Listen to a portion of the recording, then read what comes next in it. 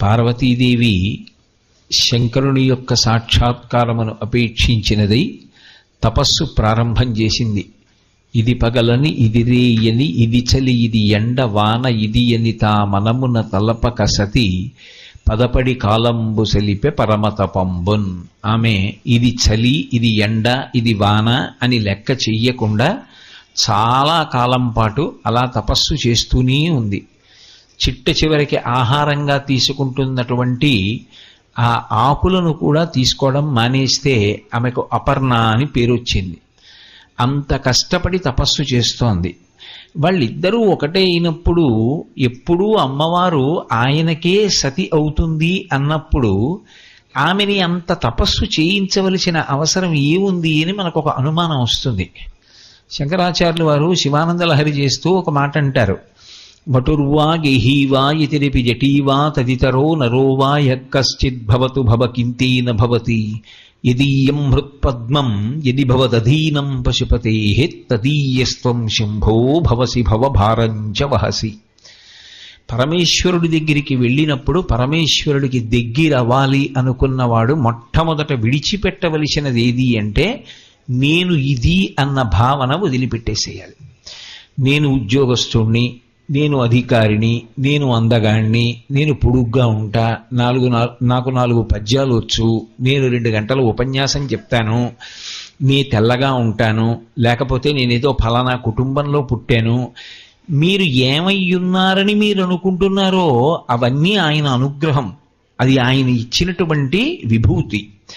అది విడిచిపెట్టి నేను ఏమీ కాను, నీకు పరతంతుడను, నువ్వు నన్ను అనుగ్రహిస్తే జీవిస్తున్నవాడను, వినా నాకంటూ ఇది ఉన్నది అని నీ దగ్గర చెప్పడానికి నాదైనది ఏదీ లేదు అన్న భావనతో నిలబడిన వాడెవరుంటాడో వాడి వెంట శంకరుడు పరిగెడతాడు.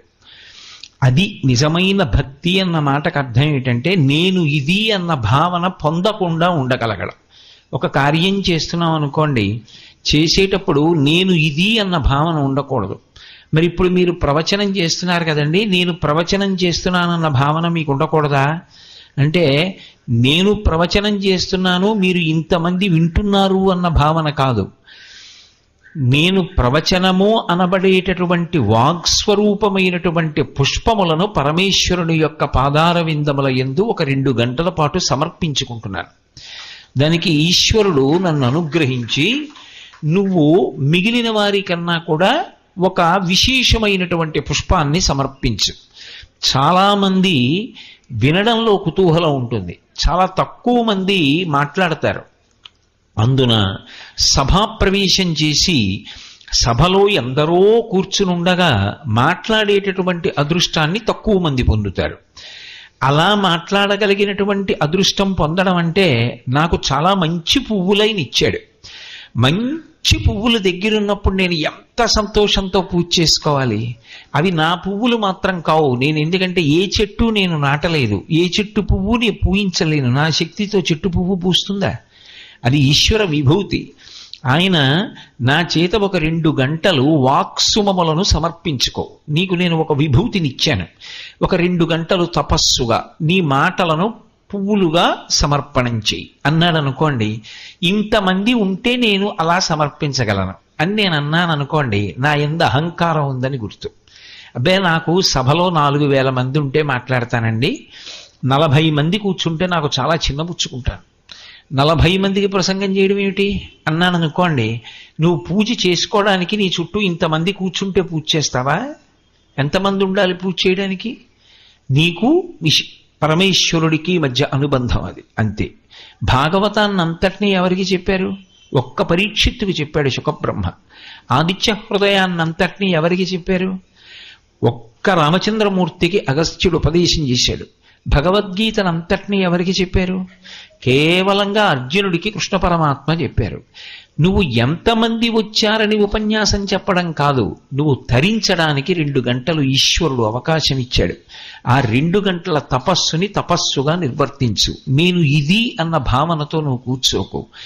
ఇది చేసుకోవడానికి అవకాశం ఇచ్చి నన్ను తరింప చేస్తున్నాడన్న భావన పొందితే అది ఈశ్వరుడికి దగ్గరవడానికి కారణం బాహ్య సౌందర్యం కాదది, అది అంతఃసౌందర్యం అవుతుంది. శివుడు దీన్ని చూస్తూ ఉంటాడు. సాధారణంగా నాబోటిగాడు బాహ్య సౌందర్యం చూస్తాడు. వాళ్ళు బలంగా ఉన్నారా, బలహీనంగా ఉన్నారా, వాళ్ళకి డబ్బు ఉందా, వాళ్ళకి డబ్బు లేదా, వాడు అధికారి కాడా, ఇటువంటివన్నీ నాబోటిగాడు చూసేవి. పరమేశ్వరుడికి ఎవడు ఏదైనా అది ఆయన వలన అయ్యాడు తప్ప అలా అవడం ఆయన అనుగ్రహం లేకుండా అయిన వాడు మాత్రం సృష్టిలో ఎవడూ లేడు. అసలు ఆ శరీరం ఉందంటే ఆయన అనుగ్రహం కదా. అయినప్పుడు ఇంకా శరీరం ఓ పదవిని పొందింది అంటే ఆయన అనుగ్రహం వినా ఎలా అవుతుంది? అయ్యే అధికారం లేదు. అందుకే శంకరుడికి భక్తుడు అవ్వాలి అంటే ఉండవలసిన ఏకైక లక్షణం ఏమిటంటే ఆయన వినా నాకున్నది ఏదీ లేదు. ఇది 10 మాటలు పైకి చెప్పక్కర్లేదు, లోపల మాత్రం ఎప్పుడూ ఆ భావన ఎందే ఊంచుకుని ఉండాలి. ఇప్పుడు ఇది ఆయన అనుగ్రహం. ఒకడు నమస్కారం పెట్టాడనుకోండి, ఆయన గురించి చెప్పాను కదూ అందుకు. నా గురించి చెప్తే ఎవడు పెడతాడు? కోటేశ్వరరావు గారు తన గురించి చెప్తున్నారట అంటే మీలో 10 మంది వస్తారా? రారు. మీరందరు ఇంత కష్టపడి ఇంత దూరం ఇంతంత ప్రయాణాలు చేసి వచ్చి ఎందుకు కూర్చుంటున్నారు? నేను పార్వతీ కళ్యాణం చెప్తున్నాను కాబట్టి. నేను అలా నడిచి వెళ్ళిపోతుంటే మీరు నాకు నమస్కారం చేస్తారు. నేనెవరో మీకు తెలియదు, నేను ఎక్కడుంటానో తెలియదు, నాకెంతమంది బిడ్డలో మీకు తెలియదు, నేనేం సంపాదించానో మీకు తెలియదు, సంపాదించలేదో మీకు తెలియదు, నా జీవన విధానం ఏమిటో మీకు తెలియదు. అయినా నేను కనపడితే నమస్కారం పెడతారు. మీ చిన్న చిన్న పిల్లల్ని కూడా అడిగదిగో ఆయన దగ్గరికి వెళ్ళి దండం పెట్టని పరిగెత్తించి పంపిస్తారు. అవన్నీ నా కొరకే అనుకుంటే అంతకన్నా అర్థం లేని విషయం ఇంకోటి లేదు. నేను ఆయన గురించి చెప్తున్నాను కాబట్టి ఆ విలువ వచ్చింది. ఒక పువ్వు పరమశివుడి పాదాల మీద పడింది అనుకోండి, ఆయన పల్లకీలో వెళ్ళిపోతుండగా అది కింద పడితే కళ్ళకద్దుకుని తల మీద ఎట్టుకుంటారు. అది ఒక శవం మీద ఉందనుకోండి, కింద పడినా అది పారిజాతం అయినా ఎవ్వరూ దాన్ని కాలితో కూడా తొక్కరు, ఎవ్వరూ ముట్టుకోరు, తీసి తలలో పెట్టుకోరు. దేని వలన వచ్చింది అంటే అదిగో ఆయనతో ఉన్నటువంటి అనుబంధము చేత వచ్చింది తప్ప ఇంకొక కారణం ఉండదు. ఇది తపస్సు. ఈ పరిశీలనం పార్వతీదేవిని చేయడం ఆవిడికి లేదని కాదు, మనకి చెప్పడానికి. నేను దేనికి వశుడనవుతానో తెలుసా? దీనికి వశుడనవుతాను తప్ప బాహ్య సౌందర్యానికి ఆయన వశపడాలంటే ఈ సృష్టిలో పార్వతీదేవి కన్నా అందగత్తె వేరొకటి లేదు. ఆమెయే సౌందర్య రాశి. ఆ మాట నేను అనకూడదు. నిజానికి ఎందుకు అనకూడదు అంటే దానికి ఒక కారణం ఉంది. ఆవిడెవరు? అమ్మ అందం కొడుకు ఎంచుతాడా? మా అమ్మగారు చాలా బాగుంటారండి, మా అమ్మగారి బుగ్గలు తెల్లగా ఉంటాయండి, మా అమ్మగారు నవ్వితే బుగ్గలు ఎర్రపడతాయండి అని కొడుకు అనొచ్చా? కొడుక్కి అమ్మ అందం అంటే ఏమిటంటే ఆవిడ అమ్మతనమే అందం, అంతే. మా అమ్మ 96 ఏళ్ళు వచ్చి ఒడ్డు ముడతలు పడిపోనివ్వండి, అమ్మ అందమే, సౌందర్యం, ఆమె రక్షణ శక్తి. ఎప్పుడూ బిడ్డల గురించి ఆవిడ పొందే పరివేదన. కాబట్టి అమ్మ అందం ఎంచచ్చా? ఎంచకూడదు. నేను అనొచ్చా? అనకూడదు. మరి అనడం ఎందుకు? గతి లేక. శివవైభవాన్ని చెప్పవలసి వచ్చింది కాబట్టి ఆ మాట అనడం తప్ప ఆ మాట నిజానికి నేను అనకూడదు. కాబట్టి బాహ్యంలో అందము అంటే ఆవిడే అందం. ఎందుచేత అందం? ఆవిడ అందమే లోకమునందు ఎందులోకైనా ప్రవేశిస్తే అందమవుతుంది. లేనినాడు అసలు అది అందమే కాదు. ఈ మాట నేనంటలేదు, శంకరాచార్యులు వారు అన్నారు సౌందర్యలహరిలో. హరిస్వామారాధ్య ప్రణత జన సౌభాగ్య జననీం పురాణారీ భూత్వా పురరపిమపి క్షోభమనయత్ స్మరోపిత్వా నత్వా రతినయన లేహ్యేన వపుషా అన్నారు. శ్రీ మహావిష్ణు అంతటి వారు మోహిని రూపాన్ని పొంది దేవతల్ని రాక్షసుల్ని కూడా మోహింపచేశారు అంటే అంతటి అందం ఎలా పొందారు అంటే అమ్మవారిని ఉపాసన చేసి, తన చెల్లెలు నారాయణీ ఉపాసన చేత నారాయణీ సౌందర్యాన్ని నారాయణుడు పొంది అంతటి అందం పొందాడని శంకర భగవత్పాదులు నిర్ధారించారు. అయినప్పుడు ఆమె అందం శంకరుణ్ణి ఆకట్టుకోవడానికి చాలదా? చాలదు. ఎందుకు చాలదు అంటే అంతఃసౌందర్యము చేత కట్టబడతాడు. అందుకే ఒక తిన్నడికి లొంగాడు, ఒక కక్కయ్యకి లొంగాడు. ఇప్పటికీ జానపదులేమి నా చిన్నతనంలో మా అమ్మగారు వాళ్ళు కూడా సుప్రభాతం, శ్రీశైల సుప్రభాతం పాడేవాళ్ళు గారు. అదిగో మా అమ్మమ్మ గారు వాళ్ళ అవ్వు పాడుతుండేవారు, ఏదో ఒంటి చర్మము తీసి చెప్పులు కుట్టి నాకయ్య వచ్చేను మేలుకో మేలుకో జగదీశ మేలుకో పరమేశ మేలుకుని మమ్మింక ఏలుకో అని ఆ శివభక్తుల యొక్క చరిత్ర ఒక్కొక్క వాక్యం చెప్తూ వాళ్ళ వైభవాన్ని చెప్తుండేవారు. నాయనార్ల చరిత్ర అంతా అదే కదూ, 63 మంది నాయనార్ల చరిత్ర అదే. ఆయన భక్తికి వశపడతాడు తప్ప బాహ్య ఏ ఆడంబరమునకు ఆయన వశపడేవాడు కాడు. అసలు మీకు నేను ఒక రహస్యం చెప్పాలంటే, భక్తి పండితే ఏమవుతుందంటే నువ్వేం అవుతున్నావన్నది పోయి నువ్వు ఏమయ్యున్నావన్నది తెలుస్తుంది. నేను ఏమవుతున్నానన్నది నిమిష నిమిషానికి మారిపోతూ ఉంటుంది. ఇప్పుడు ఇక్కడికి వచ్చాక ప్రవచనం చేస్తున్నా, అయిపోయాక నేను వెళ్ళిపోయాను అనుకోండి, నా విడిదికి పలహారం చేస్తాను, అప్పుడు నేను ఓ భోక్త తింటున్నవాడిని. ఆ తర్వాత నిద్రపోతా, ఆ తర్వాత నిద్రలేస్తా, ఆ తర్వాత ఏదో సంధ్యావందనం చేస్తా, ఆ తర్వాత మళ్ళీ పలహారం చేస్తా, ఆ తర్వాత ఏదో పేపర్ చదవచ్చు. అనేకం అయిపోతున్నా, ఒక్కొక్కసారి ఒక్కొక్కటి అయిపోతున్నా.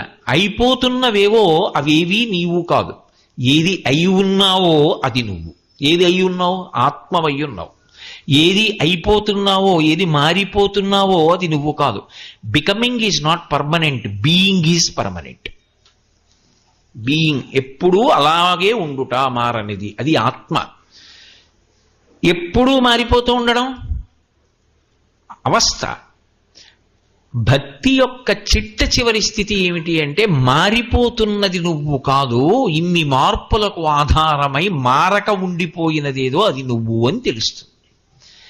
అయినప్పుడు అవి నువ్వు కాదని తెలియబడడానికి ఆధారమైన వాడికి నువ్వేమై ఉన్నావో ఆయనకి చెందినవాడు అవడానికి కారణం ఎలా అవుతుంది?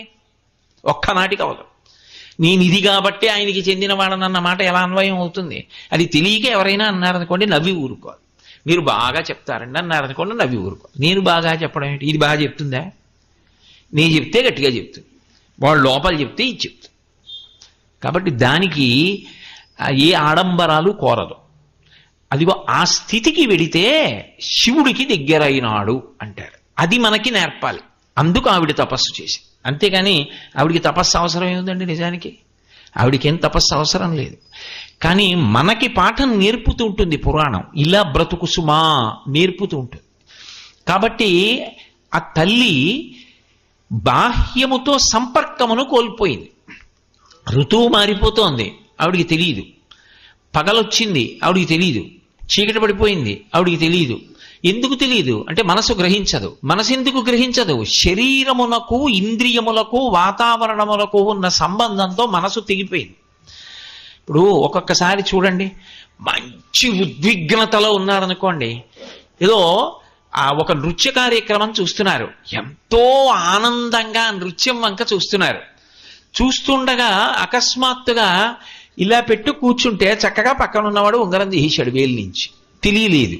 ఎందుకు తెలియలేదు అంటే, ఉంగరం తీస్తున్నప్పుడు వేలుకి స్పర్శ లేదనుకుంటే తప్పు. వేలుకి స్పర్శ ఉంది, కానీ ఉంగరం తీస్తున్నప్పుడు వేలు పొందినటువంటి స్పర్శని గ్రహించగలిగిన శక్తి మనసుతో లేదు.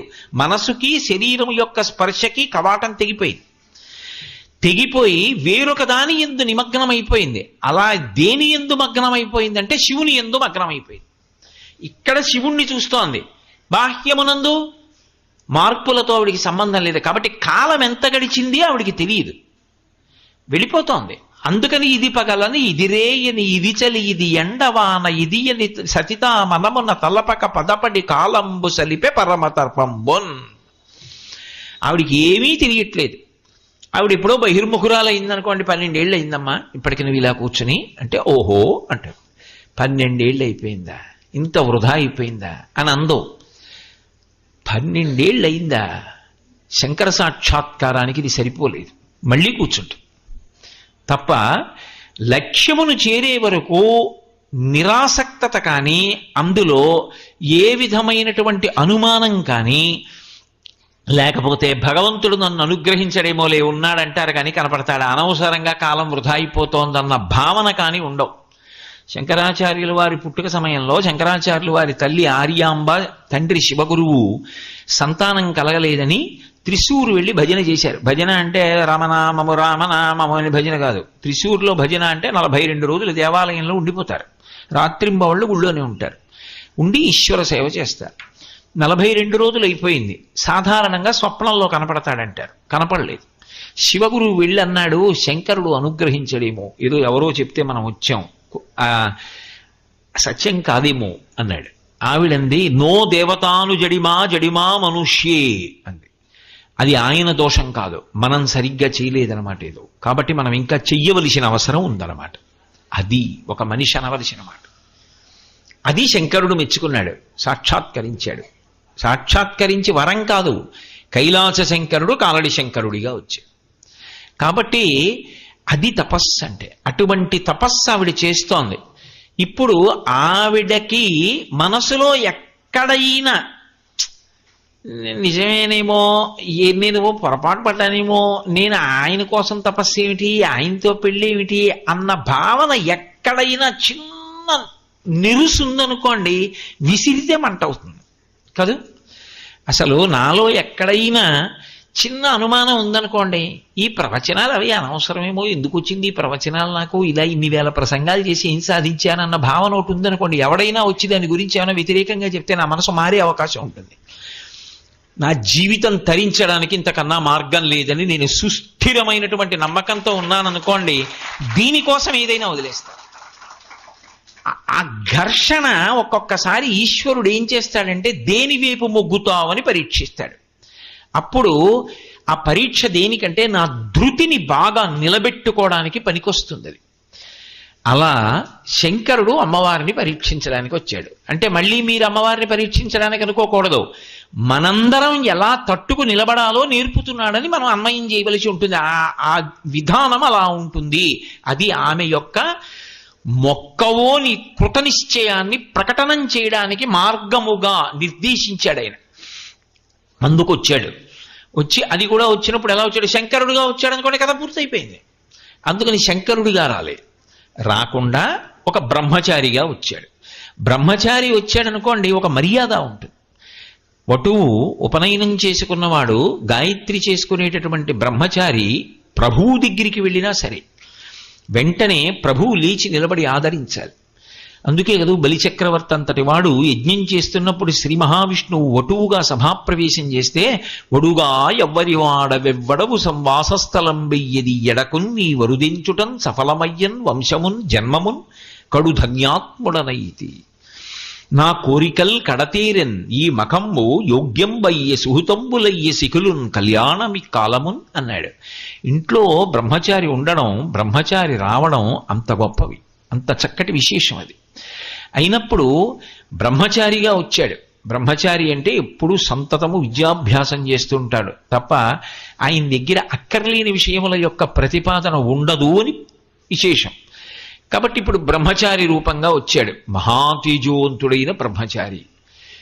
కాబట్టి అమ్మవారు ఆ బ్రహ్మచారికి స్వాగతం పలికింది. లోపలికి వచ్చాడు. ఆవిడ బహిర్ముఖమై ఉన్నది ఆ సమయంలో. స్వాగతం పలికింది, వచ్చాడు, కూర్చున్నాడు. కూర్చుని ఆ వచ్చినటువంటి వాడు ఎంత అందంగా ఉన్నాడంటే, తనరు ముమ్మారు చుట్టిన దర్భముంజితో ఫలంతి గోచితోడ వెలుప ఆ మొలనున్న ధవళంపు ముద్దుపేలికతోడ ఇమ్మైన కృష్ణాజి నమ్ముతోడ వెలుపల పెట్టిన విలిజన్నిదముతోడ రమ్యభస్మ త్రిపుండ్రములతోడ అక్షమాలికతోడ ఆ చిన్న కూకటి జుత్తుతోడ మేధావి బొట్టుతోడ ఎడమ కేల తనదు దండంబు వ్రేల ఉంగరంబును దర్భయును వెలుంగ గుడుగు చేతపట్టి వడుగు కుర్రడై చలుతించే శూలిమంచుకొండ చూలికడకు. బ్రహ్మచారి యొక్క అందం ఎలా ఉంటుందో వర్ణించారు.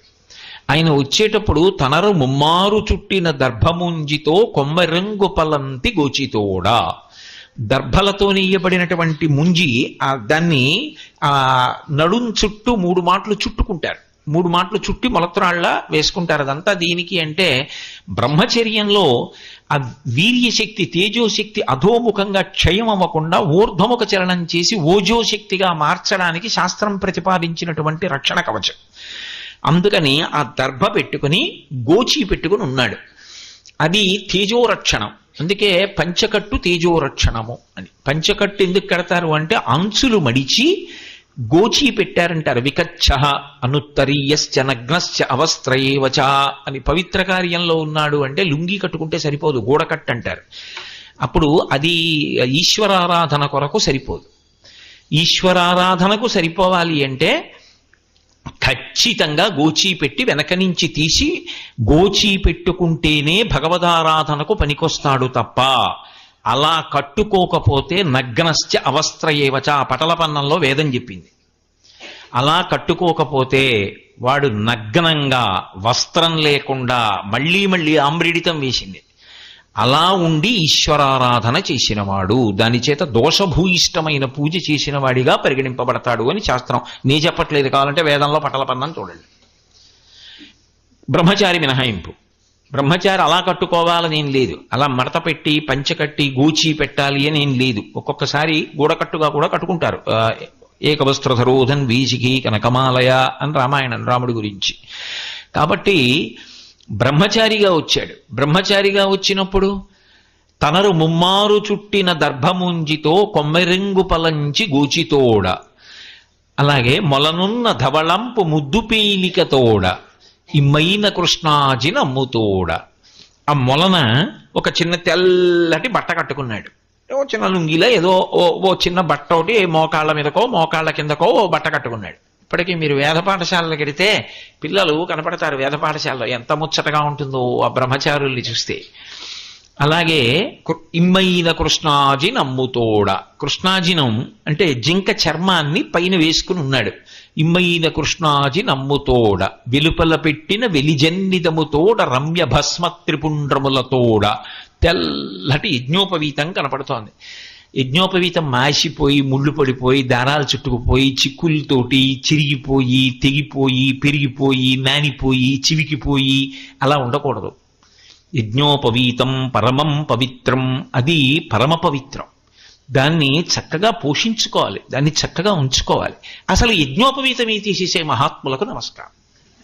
కాబట్టి యజ్ఞోపవీతం అంత గొప్పది. కాబట్టి వెలుపల పెట్టిన వెలిజన్నిదముతోడ బయటికి కనపడుతోంది యజ్ఞోపవీతం అంటే దాని అర్థం పైన ఉత్తరీయం వేసుకోలేదు. అదే గృహస్థ అనుకోండి, పైన ఉత్తరీయం వేసుకోవాలి. పూజ చేసేటప్పుడు గుండె కనపడాలి తప్ప పురుషుడి యొక్క వక్షస్థలాన్ని ఆచ్ఛాదించి వస్త్రం ఉండకూడదు. దేవాలయం లోపలికి వెళ్ళినా అంతే. గడప దాటి శివలింగం దగ్గరికి వెళ్ళినా, పూజ చేస్తున్నా, లేకపోతే గుళ్ళోకి వెళ్ళి కూర్చుని పూజకి యాజమాన్యం స్వీకరించిన బనీను అవి వేసుకుని అవి వక్షస్థలాన్ని ఆచ్ఛాదించి ఉండకూడదు. గుండె పరమేశ్వరుడికి కనపడాలి. అందుకని ఉత్తరీయం వేసి కూర్చుంటారు. కాబట్టి వెలుపల పెట్టిన వెలిజన్నిదముతోడ రమ్య భస్మ త్రిపుండ్రములతోడ తెల్లటి 3 విభూతి రేఖలు పెట్టుకుని ఉన్నాడు. రమ్యభస్మ త్రిపుండ్రములతోడ. నాకు సాధారణంగా శంకరుడి యొక్క బ్రహ్మచారి తత్వం చదువుతుంటే భారతీ తీర్థ మహాస్వామి వారి సన్యాసం తీసుకోకముందున్న ఫోటోలు ఉంటాయి, అవి గుర్తొస్తుంటాయి నాకు. రమ్యభస్మ త్రిపుండ్రములతోడ తెల్లటి విభూతి రేఖలు 3 పెట్టుకుని ఉన్నాడు. అలాగే అక్షమాలికతోడ, ఎప్పుడు జపం చేసుకుంటూ ఉండాలి కాదు, అందుకని ఈ వేలు మీద పెట్టుకుని అక్షమాల ఒకటి పట్టుకున్నాడు. అక్షమాలికతోడ మేధావి జుత్తుతోడ. మేధావి జుత్తుతోడ అన్న మాటకు అర్థం ఏంటంటే పిలక పెట్టుకున్నాడు అని. శిఖా విజ్ఞానము అని. శిఖ అంత తేలికగా చెప్పేటటువంటి విషయం కాదు. వేదంలో శిఖా పరిజ్ఞానము అని శిఖకి ఎంతో గొప్పతనం ఉంది. అసలు ఆ శిఖ మీదే వ్యక్తి యొక్క శౌచమంతా ఆధారపడి ఉంటుంది. పిలక ముడి వేసుకుని ఉన్నాడు అంటే ఆయన పరమ శౌచంతో ఉన్నాడు అని గుర్తు.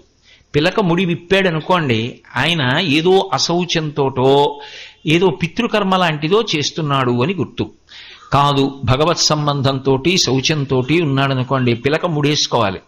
మహాత్ములతో కలిసి భోజనానికి వెళ్ళినప్పుడు ఇప్పటికీ పీఠాల్లాంటి వాటిల్లోకి సంప్రదాయం ఏమిటంటే భోజనానికి వెళితే పిలక లేదనుకోండి వాళ్ళని కూర్చోపెట్టరు. దర్భ కట్టి ఇక్కడ ఆ దర్భకి ముడేస్తారు. ఆ శిఖకి ముడి లేకుండా ఉంటే తేజస్సు రక్షింపబడదు, ఆయుర్దాయము రక్షింపబడదు అని. శిఖకి ముడి వేసుకుని శిఖతో ఉండాలి. అది వేదప్రోక్తం. దాని మీద నమ్మకం ఉంటే అది గౌరవం. అబ్బాయి అదేమిటండి అనుకుంటే చంకలో సెగ్గడ్డేస్తే భరిస్తాడు కానీ పిలక్కి ముడేసుకోవడానికి బాధ వస్తుంది. కాబట్టి ఆ మేధావి జుత్తుతోడ అక్షమాలికతోడ అలాగే ఆ చిన్న కూకటి జుత్తుతోడ మేధావి బొట్టుతోడ, చక్కగా మేధావి బొట్టు అంటే గుండ్రంగా లలాటమనందు ఆజ్ఞాచక్రం మీద పెట్టుకున్నటువంటి బొట్టుని మేధావి బొట్టు అంటారు. మేధావి బొట్టు అని ఎందుకంటారంటే అద్భుతమైన ప్రయోగం. ఆజ్ఞాచక్రం ఉంటుంది ఇక్కడ భ్రూమధ్యమనందు. భ్రూమధ్యమనందుండేటటువంటి ఆజ్ఞాచక్రం జ్ఞాపక శక్తికి, విషయాన్ని గుర్తు తెచ్చుకోవడానికి, ఆ ప్రజ్ఞకి, తేజస్సుకి కారణమైనటువంటి కేంద్రం. అక్కడ మనస్సు ఉంటుంది. మనోపి భ్రూమధ్యే అని శంకరాచార్యులు వారి సౌందర్యలహరిలో. అది జ్ఞాపక శక్తికి అంతటికీ కూడా ఆధారభూతం.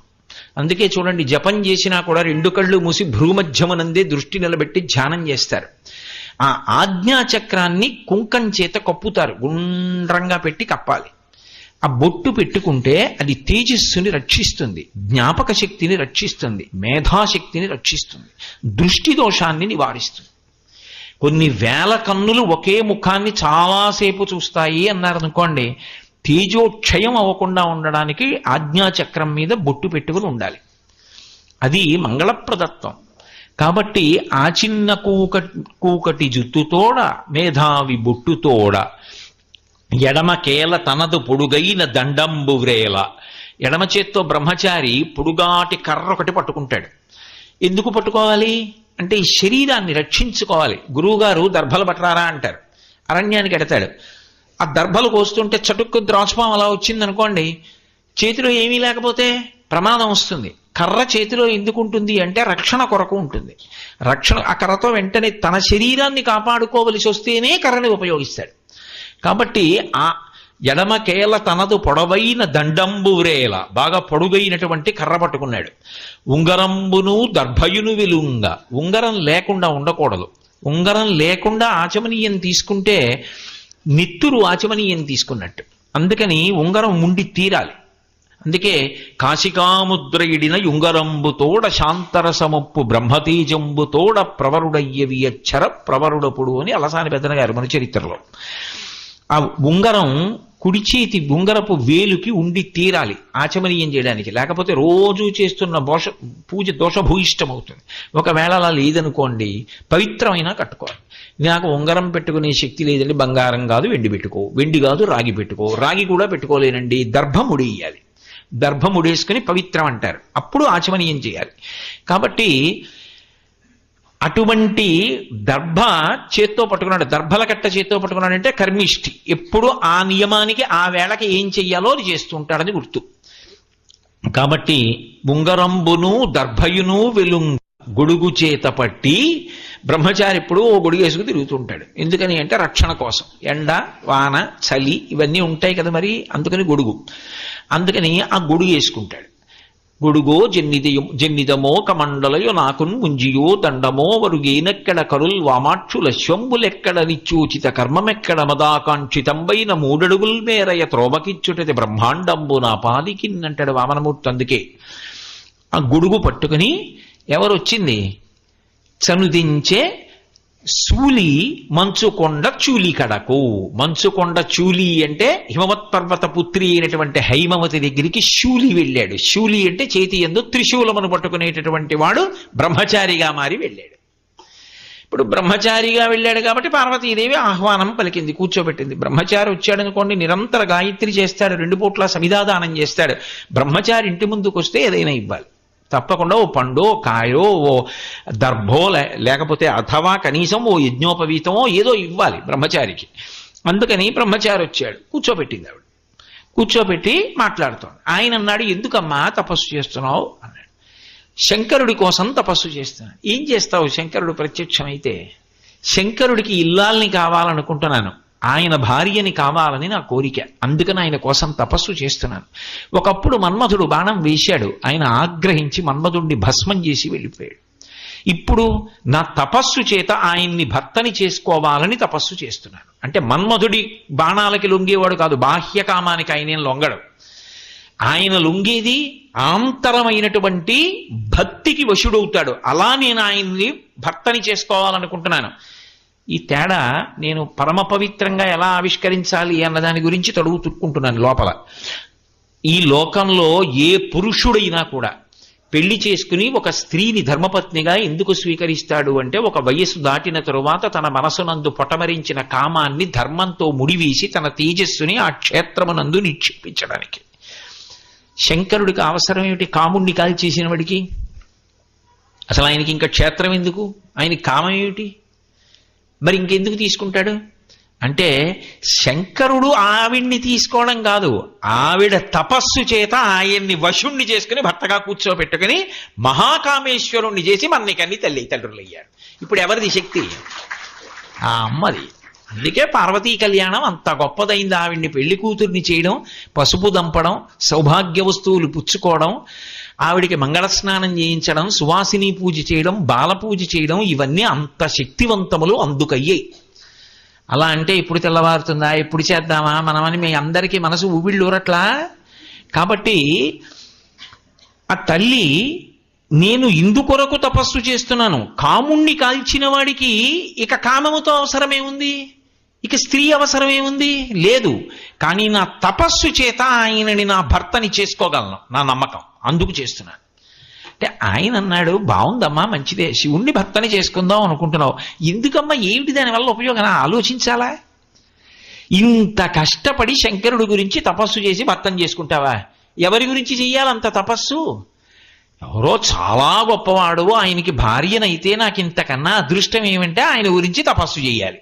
శంకరుడు తరలాక్షి అతడు ధనవంతుడందుమా కోరివేడిన కాని కూడు లేదు, చిన్నారులలోన చిన్నవాడందుమా ఈనాటి వాడుకో ఎరుకలేదు, ఆకారమున అతడు బలిమేటి అందుమా ఆకారమిట్టిదో అరయరాదు, కులగోత్రములు రెండు తెలియదు మందుమా తల్లిదండ్రులిప్పుడు ధరణి లేరు, తెలుపనుంటివాడు దేవుండు చూడడే, చిలువ మాయచేతో కపట మర్మమలనో నిన్ను ఇట్లు మరగించుకున్నాడు కాని నీకు తగినవాడు కాడు కాడు అన్నాడు.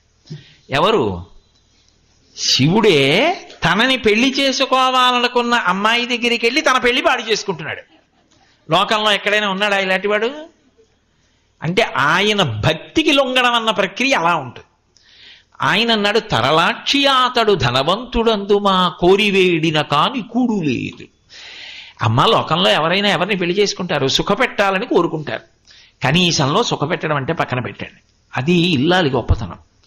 లోకంలో ఆడవాళ్ళందరూ కూడా చాలా బాగా సుఖపెట్టేస్తున్నాం. పురుషుణ్ణొకండి దృష్టిలో పెట్టుకుని ఆయనకి 8 కార్లు ఉన్నాయి, 7 అంతస్తుల భవనాలు ఉన్నాయి, నన్ను మీరు అలాగే చూడాలని హఠం చేస్తే ఈ లోకంలో ఏ పురుషుడు బ్రతకలేడు. అది కాదు ఆడది కోరేది. స్త్రీ అలా కోరితే పురుషుడు బ్రతికెక్కడుందండి? అది వాళ్ళు కోరనే కోరరు. వాళ్ళు కోరేది ఏమిటంటే, నీలాంటి భార్య దొరకడం నా అదృష్టం అని ఒక్క మాట అనగలిగితే చాలు, ఆ పురుషుడి కోసం చచ్చిపోవడానికి సిద్ధపడతారు. అలా అనకపోయినా వాళ్ళు అలాగే బతుకుతారు. అందుకు కదూ నెలకి 3 వానల్లో 1 వాన ఈ దేశంలో. తప్ప ఇలా ఉండి నన్ను సుఖపెట్టాలని వాళ్ళు కోరరు.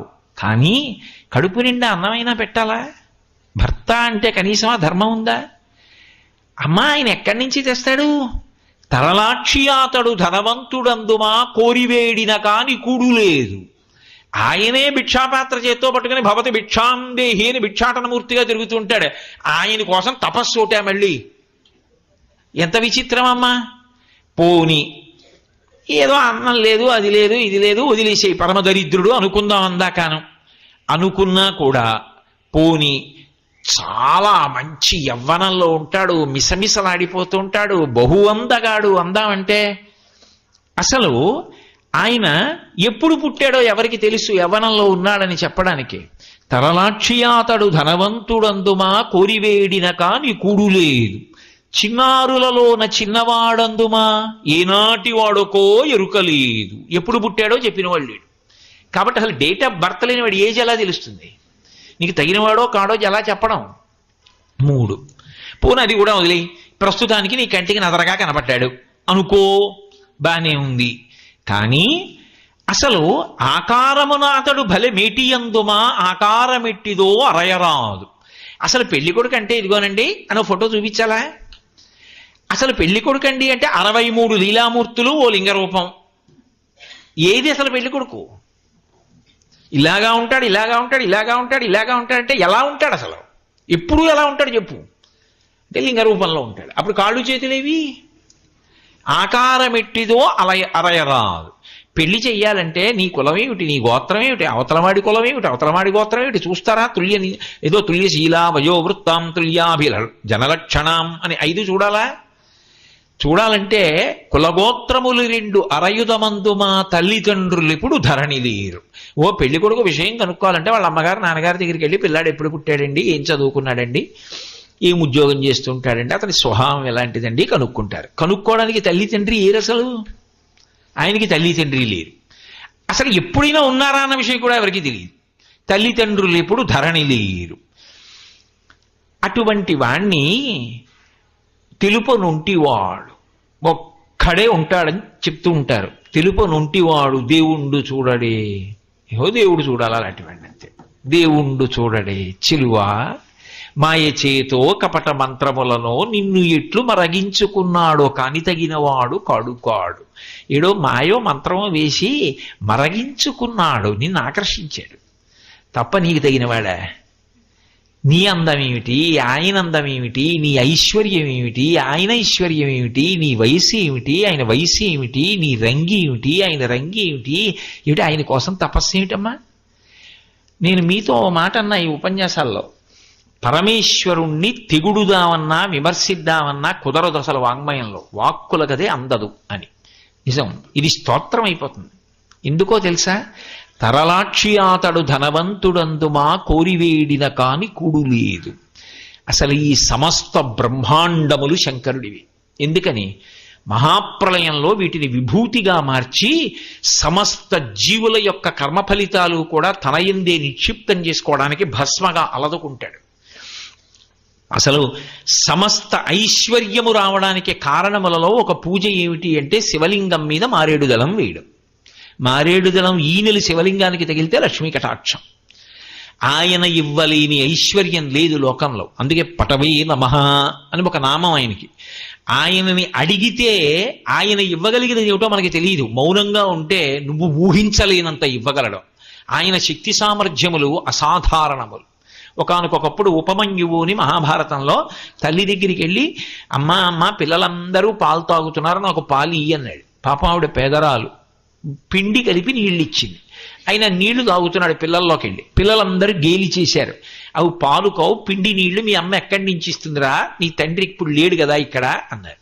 ఆయన పరిగెత్తికి వెళ్ళి అడిగాడు, అమ్మ నాన్నగారు ఏరమ్మా, అవి పిండి నీళ్ళుట కదా, పాలు కావుట కదా అన్నాడు. ఆవిడంది విసిగిపోయి, తండ్రి లేకపోవడం ఏమిట్రా, శంకరుడు నీ తండ్రి అని. ఏరమ్మా అన్నాడు. తపించు కనపడతాడండి. వెళ్ళి పిల్లవాడు పట్టుదలతో తపస్సు చేశాడు, ప్రత్యక్షమయ్యాడు బాలుడి భక్తికి. ఏం కావాలన్నాడు. పిల్లవాడు కదూ, పాలు కావాలన్నాడు. ఒరే నేను శివుడిరా, పాలా అడిగి ఇంకేం కావాలన్నాడు. నాకు పాలే కావాలన్నాడు. మరి పిల్లలతో మాట వచ్చింది కదా. ఆయన చూశాడు, పాలే కావాలా, నీ కోసం పాల సముద్రాన్ని సృష్టిస్తున్నానని క్షీర సముద్రాన్ని సృష్టించాడు. అది ఆయన శక్తి. ఆయన శక్తికి అపరిమితం ఆయన. అందుకే 3టికి అతీతుడు. ఆణవ మలము, కార్మిక మలము, మాయిక మలము అని 3 మలములకు అతీతుడై ఉంటాడు. కర్మచేత పుట్టేవాడు కాడు, ఆయనకి మాయ చేత వశుడయ్యేవాడు కాడు. ఆయన ఆణవ మలము, కార్మిక మలము, ఏదో పంచభూతాలతో ఆయన శరీరం తయారు కాదు. ఆయన ఆద్యంతములు తెలిసినవాడు లేడు. అటువంటి శంకరుడిది సమస్త ఐశ్వర్యము కూడా. అటువంటి వాడు దాచుకునేవాడు కాడు. శంకరోతీతి శంకర. ప్రతి ఇంట తండ్రి రూపంలో ఉండి బిడ్డల యొక్క అభ్యున్నతిని చూస్తూ ఉంటాడు. అటువంటి వాడు ఏమి ఇవ్వలేడు. మరి అటువంటి వాడు బిచ్చం ఎందుకు ఎత్తుతాడు అంటే, ఒరే ఒక్కసారి నీ బుద్ధిని తెచ్చి నా యందు పెట్టరా, నా యందు పెడితే తరించిపోతావు, ఎన్ని కోట్ల జన్మలు ఎత్తుతావు ఇలా అని చెప్పడానికి కపాలేశ్వరుడన్న పేరుతో భిక్షాటనమూర్తి అయి భిక్షాటన చేస్తాడు. ఆ భిక్షాటనమూర్తి తెలివి తక్కువవాడు కాడు. ఆయన సౌందర్యానికి మునిపత్నులు మోహించారు ఒకప్పుడు. అద్భుతమైనటువంటి భిక్షాటనమూర్తి ఇప్పటికీ కూడా ద్వారకా శంకరమఠంలో పైన ఉంటుంది. అంత అద్భుతమైనటువంటి మూర్తి భిక్షాటనమూర్తి. లోకాన్నంతటినీ కూడా బాగు చేయడం కోసం మీ మేధ నాయందు పెట్టండి, మీ బుర్ర నాయందు పెట్టండి అని చెప్పడానికి భిక్షాటన చేస్తాడు. అంతేగాని లేనివాడై భిక్షాటన చెయ్యడు ఆయన. కాబట్టి జలజాక్షియాతడు ధనవంతుడందుమా కోరివేడిన కాని కూడులేదు, చిన్నారులలోన చిన్నవాడందుమా ఈనాటి వాడుకో ఎరుకలేదు. నిజానికి ఆయనకి యవ్వనం ఏమిటి? యవ్వనము, వార్ధక్యము ఇటువంటివన్నీ ఎవరికి అన్వయం అవుతాయి? నా వంటి వాడికి అన్వయం అవుతాయి. నేను పుట్టినప్పుడు పసివాణ్ణి, ఒకప్పుడు బాలుణ్ణి, ఒకప్పుడు యవ్వనంలో ఉన్నవాణ్ణి, ఇప్పుడు వృద్ధాప్యంలో ప్రవేశిస్తున్నవాణ్ణి. ఇంకో 20 ఏళ్ల తర్వాత గోడ మీద నా ఫోటో ఉంటుంది, శరీరం నశించిపోతుంది. కానీ అన్ని సత్యంగా ఎప్పుడు ఈ శరీరం ఉండిపోదుగా, వెళ్ళిపోతుంది ఒకనాడు. శంకరుడు ఆయన వెళ్ళిపోయేవాడు కాదు, సినిమాలు వెళ్ళిపోతాయేమో, తెర అలాగే ఉంటుంది. ఆయన శాశ్వతుడు, నిత్యుడు, నిరంజనుడు, ఎప్పుడూ అలాగే ఉంటాడు. ఎప్పుడూ అలాగే ఉండేవాడు కూడా అవస్థల్లోకి ఎలా పెడతాడు? ఆయన ఆజ్ఞ మేరకు సూర్యచంద్రులు ప్రవర్తిస్తూ ఉంటారు. అయినప్పుడు ఆయన సూర్యచంద్రుల గతులకు లొంగిపోతే ఆయన కూడా వయస్సులో మార్పులు వచ్చేసి జుట్టు తెల్లబడిపోయి వార్ధక్యం వస్తుంది. ఆయన శాసనానికి వాళ్ళు తిరుగుతుంటే ఇంకా ఆయన్ని కాలం ఎలా శాసిస్తుంది? ఆయన కాలాతీతుడు. అందుకే బ్రహ్మమస్తకావలి నిబద్ధతే నమ శివాయ అంటారు శంకరాచార్యుల వారు. దో పునుకల పేరు కంఠమన భూరి భుజంగము భూషణంబుగా అనయము భస్మధారణము అద్రి నివాసము మీరు విల్లుగా అనుగుగ దంతి చర్మమును హస్తములందు కపాలచూలములు పడివడిదల్తు శంకర కృపావరు రూపమును ఆశ్రయించదన్నంటారు. ఆయన మెళ్ళో పునుకలమాల ఎవడు ఓ రుద్రాక్షదండ వేయలేదని వేసుకున్నవాడు కాడు. ఆయనకి ఓ బంగారంతో చిన్న రుద్రాక్షలు చుట్టించేవాడే లేడండి లోకంలో. అందుకు కాదు, అన్నీ ఆయనవే అయితే ఇంకా ఆయన కొత్తగా వేసుకోవాలా? ఓ పెద్ద భవంతి ఉంది, ఆ భవంతి యజమాని ఓ చిన్న తువ్వాలు కూడా కట్టుకుని మొక్కకి గొప్పు చేసుకుంటున్నాడు. అయితే అదంతా ఆయనదే ఐశ్వర్యం. నీకు ఆయన ఎలా కనపడితే ఐశ్వర్యం ఆయనదే. ఆయన నువ్వు తోటమాలనుకో, ఇంటి కూలి అనుకో, కానీ అసలు నిజానికి ఆయనే ఆ ఇంటికి ఎంతటికి యజమాని. శంకరుడు అంతే, ఆయన అన్నీ ఆయనవే. కాబట్టి అన్నీ వేసుకోవాలని ఎక్కడుంది? నిరాడంబరంగా అలా ఉంటాడు. ఆయనకి అంతర్ముఖత్వం, ప్రీతి. అలా ఉన్నవాళ్ళంటే ప్రీతి. బాహ్యాడంబరముల యందు ఆయనకి అనురక్తి లేదు. కాబట్టి అటువంటి మహానుభావుడు కనుక కాలమునకు వశపడేవాడు కాడు. దానికి తార్కాణమే ఆయన మెడలో వేసుకునేటటువంటి పుర్రెల మాల. అది ఎక్కడి మాల అంటే, ఈ సృష్టి ప్రారంభం చేసినప్పుడు మొట్టమొదట బ్రహ్మగారిని పుట్టించి ఆయనకి 4 వేదములనిచ్చి వేదములను ఆధారం చేసుకుని ఈ సృష్టి చేయమంటాడు. ఎవరిలోకి వెళ్ళిపోయిందో మహాప్రళయంలో వాళ్ళల్లోంచే కదండి రావాలి సృష్టి అంతా. ఆయనలోకి వెళ్ళిపోతే ఆయనలోంచేనా బయటికి రావాలి? అప్పుడు అసలు సృష్టి ప్రారంభం ఆయన దగ్గర నుంచేనా అయింది?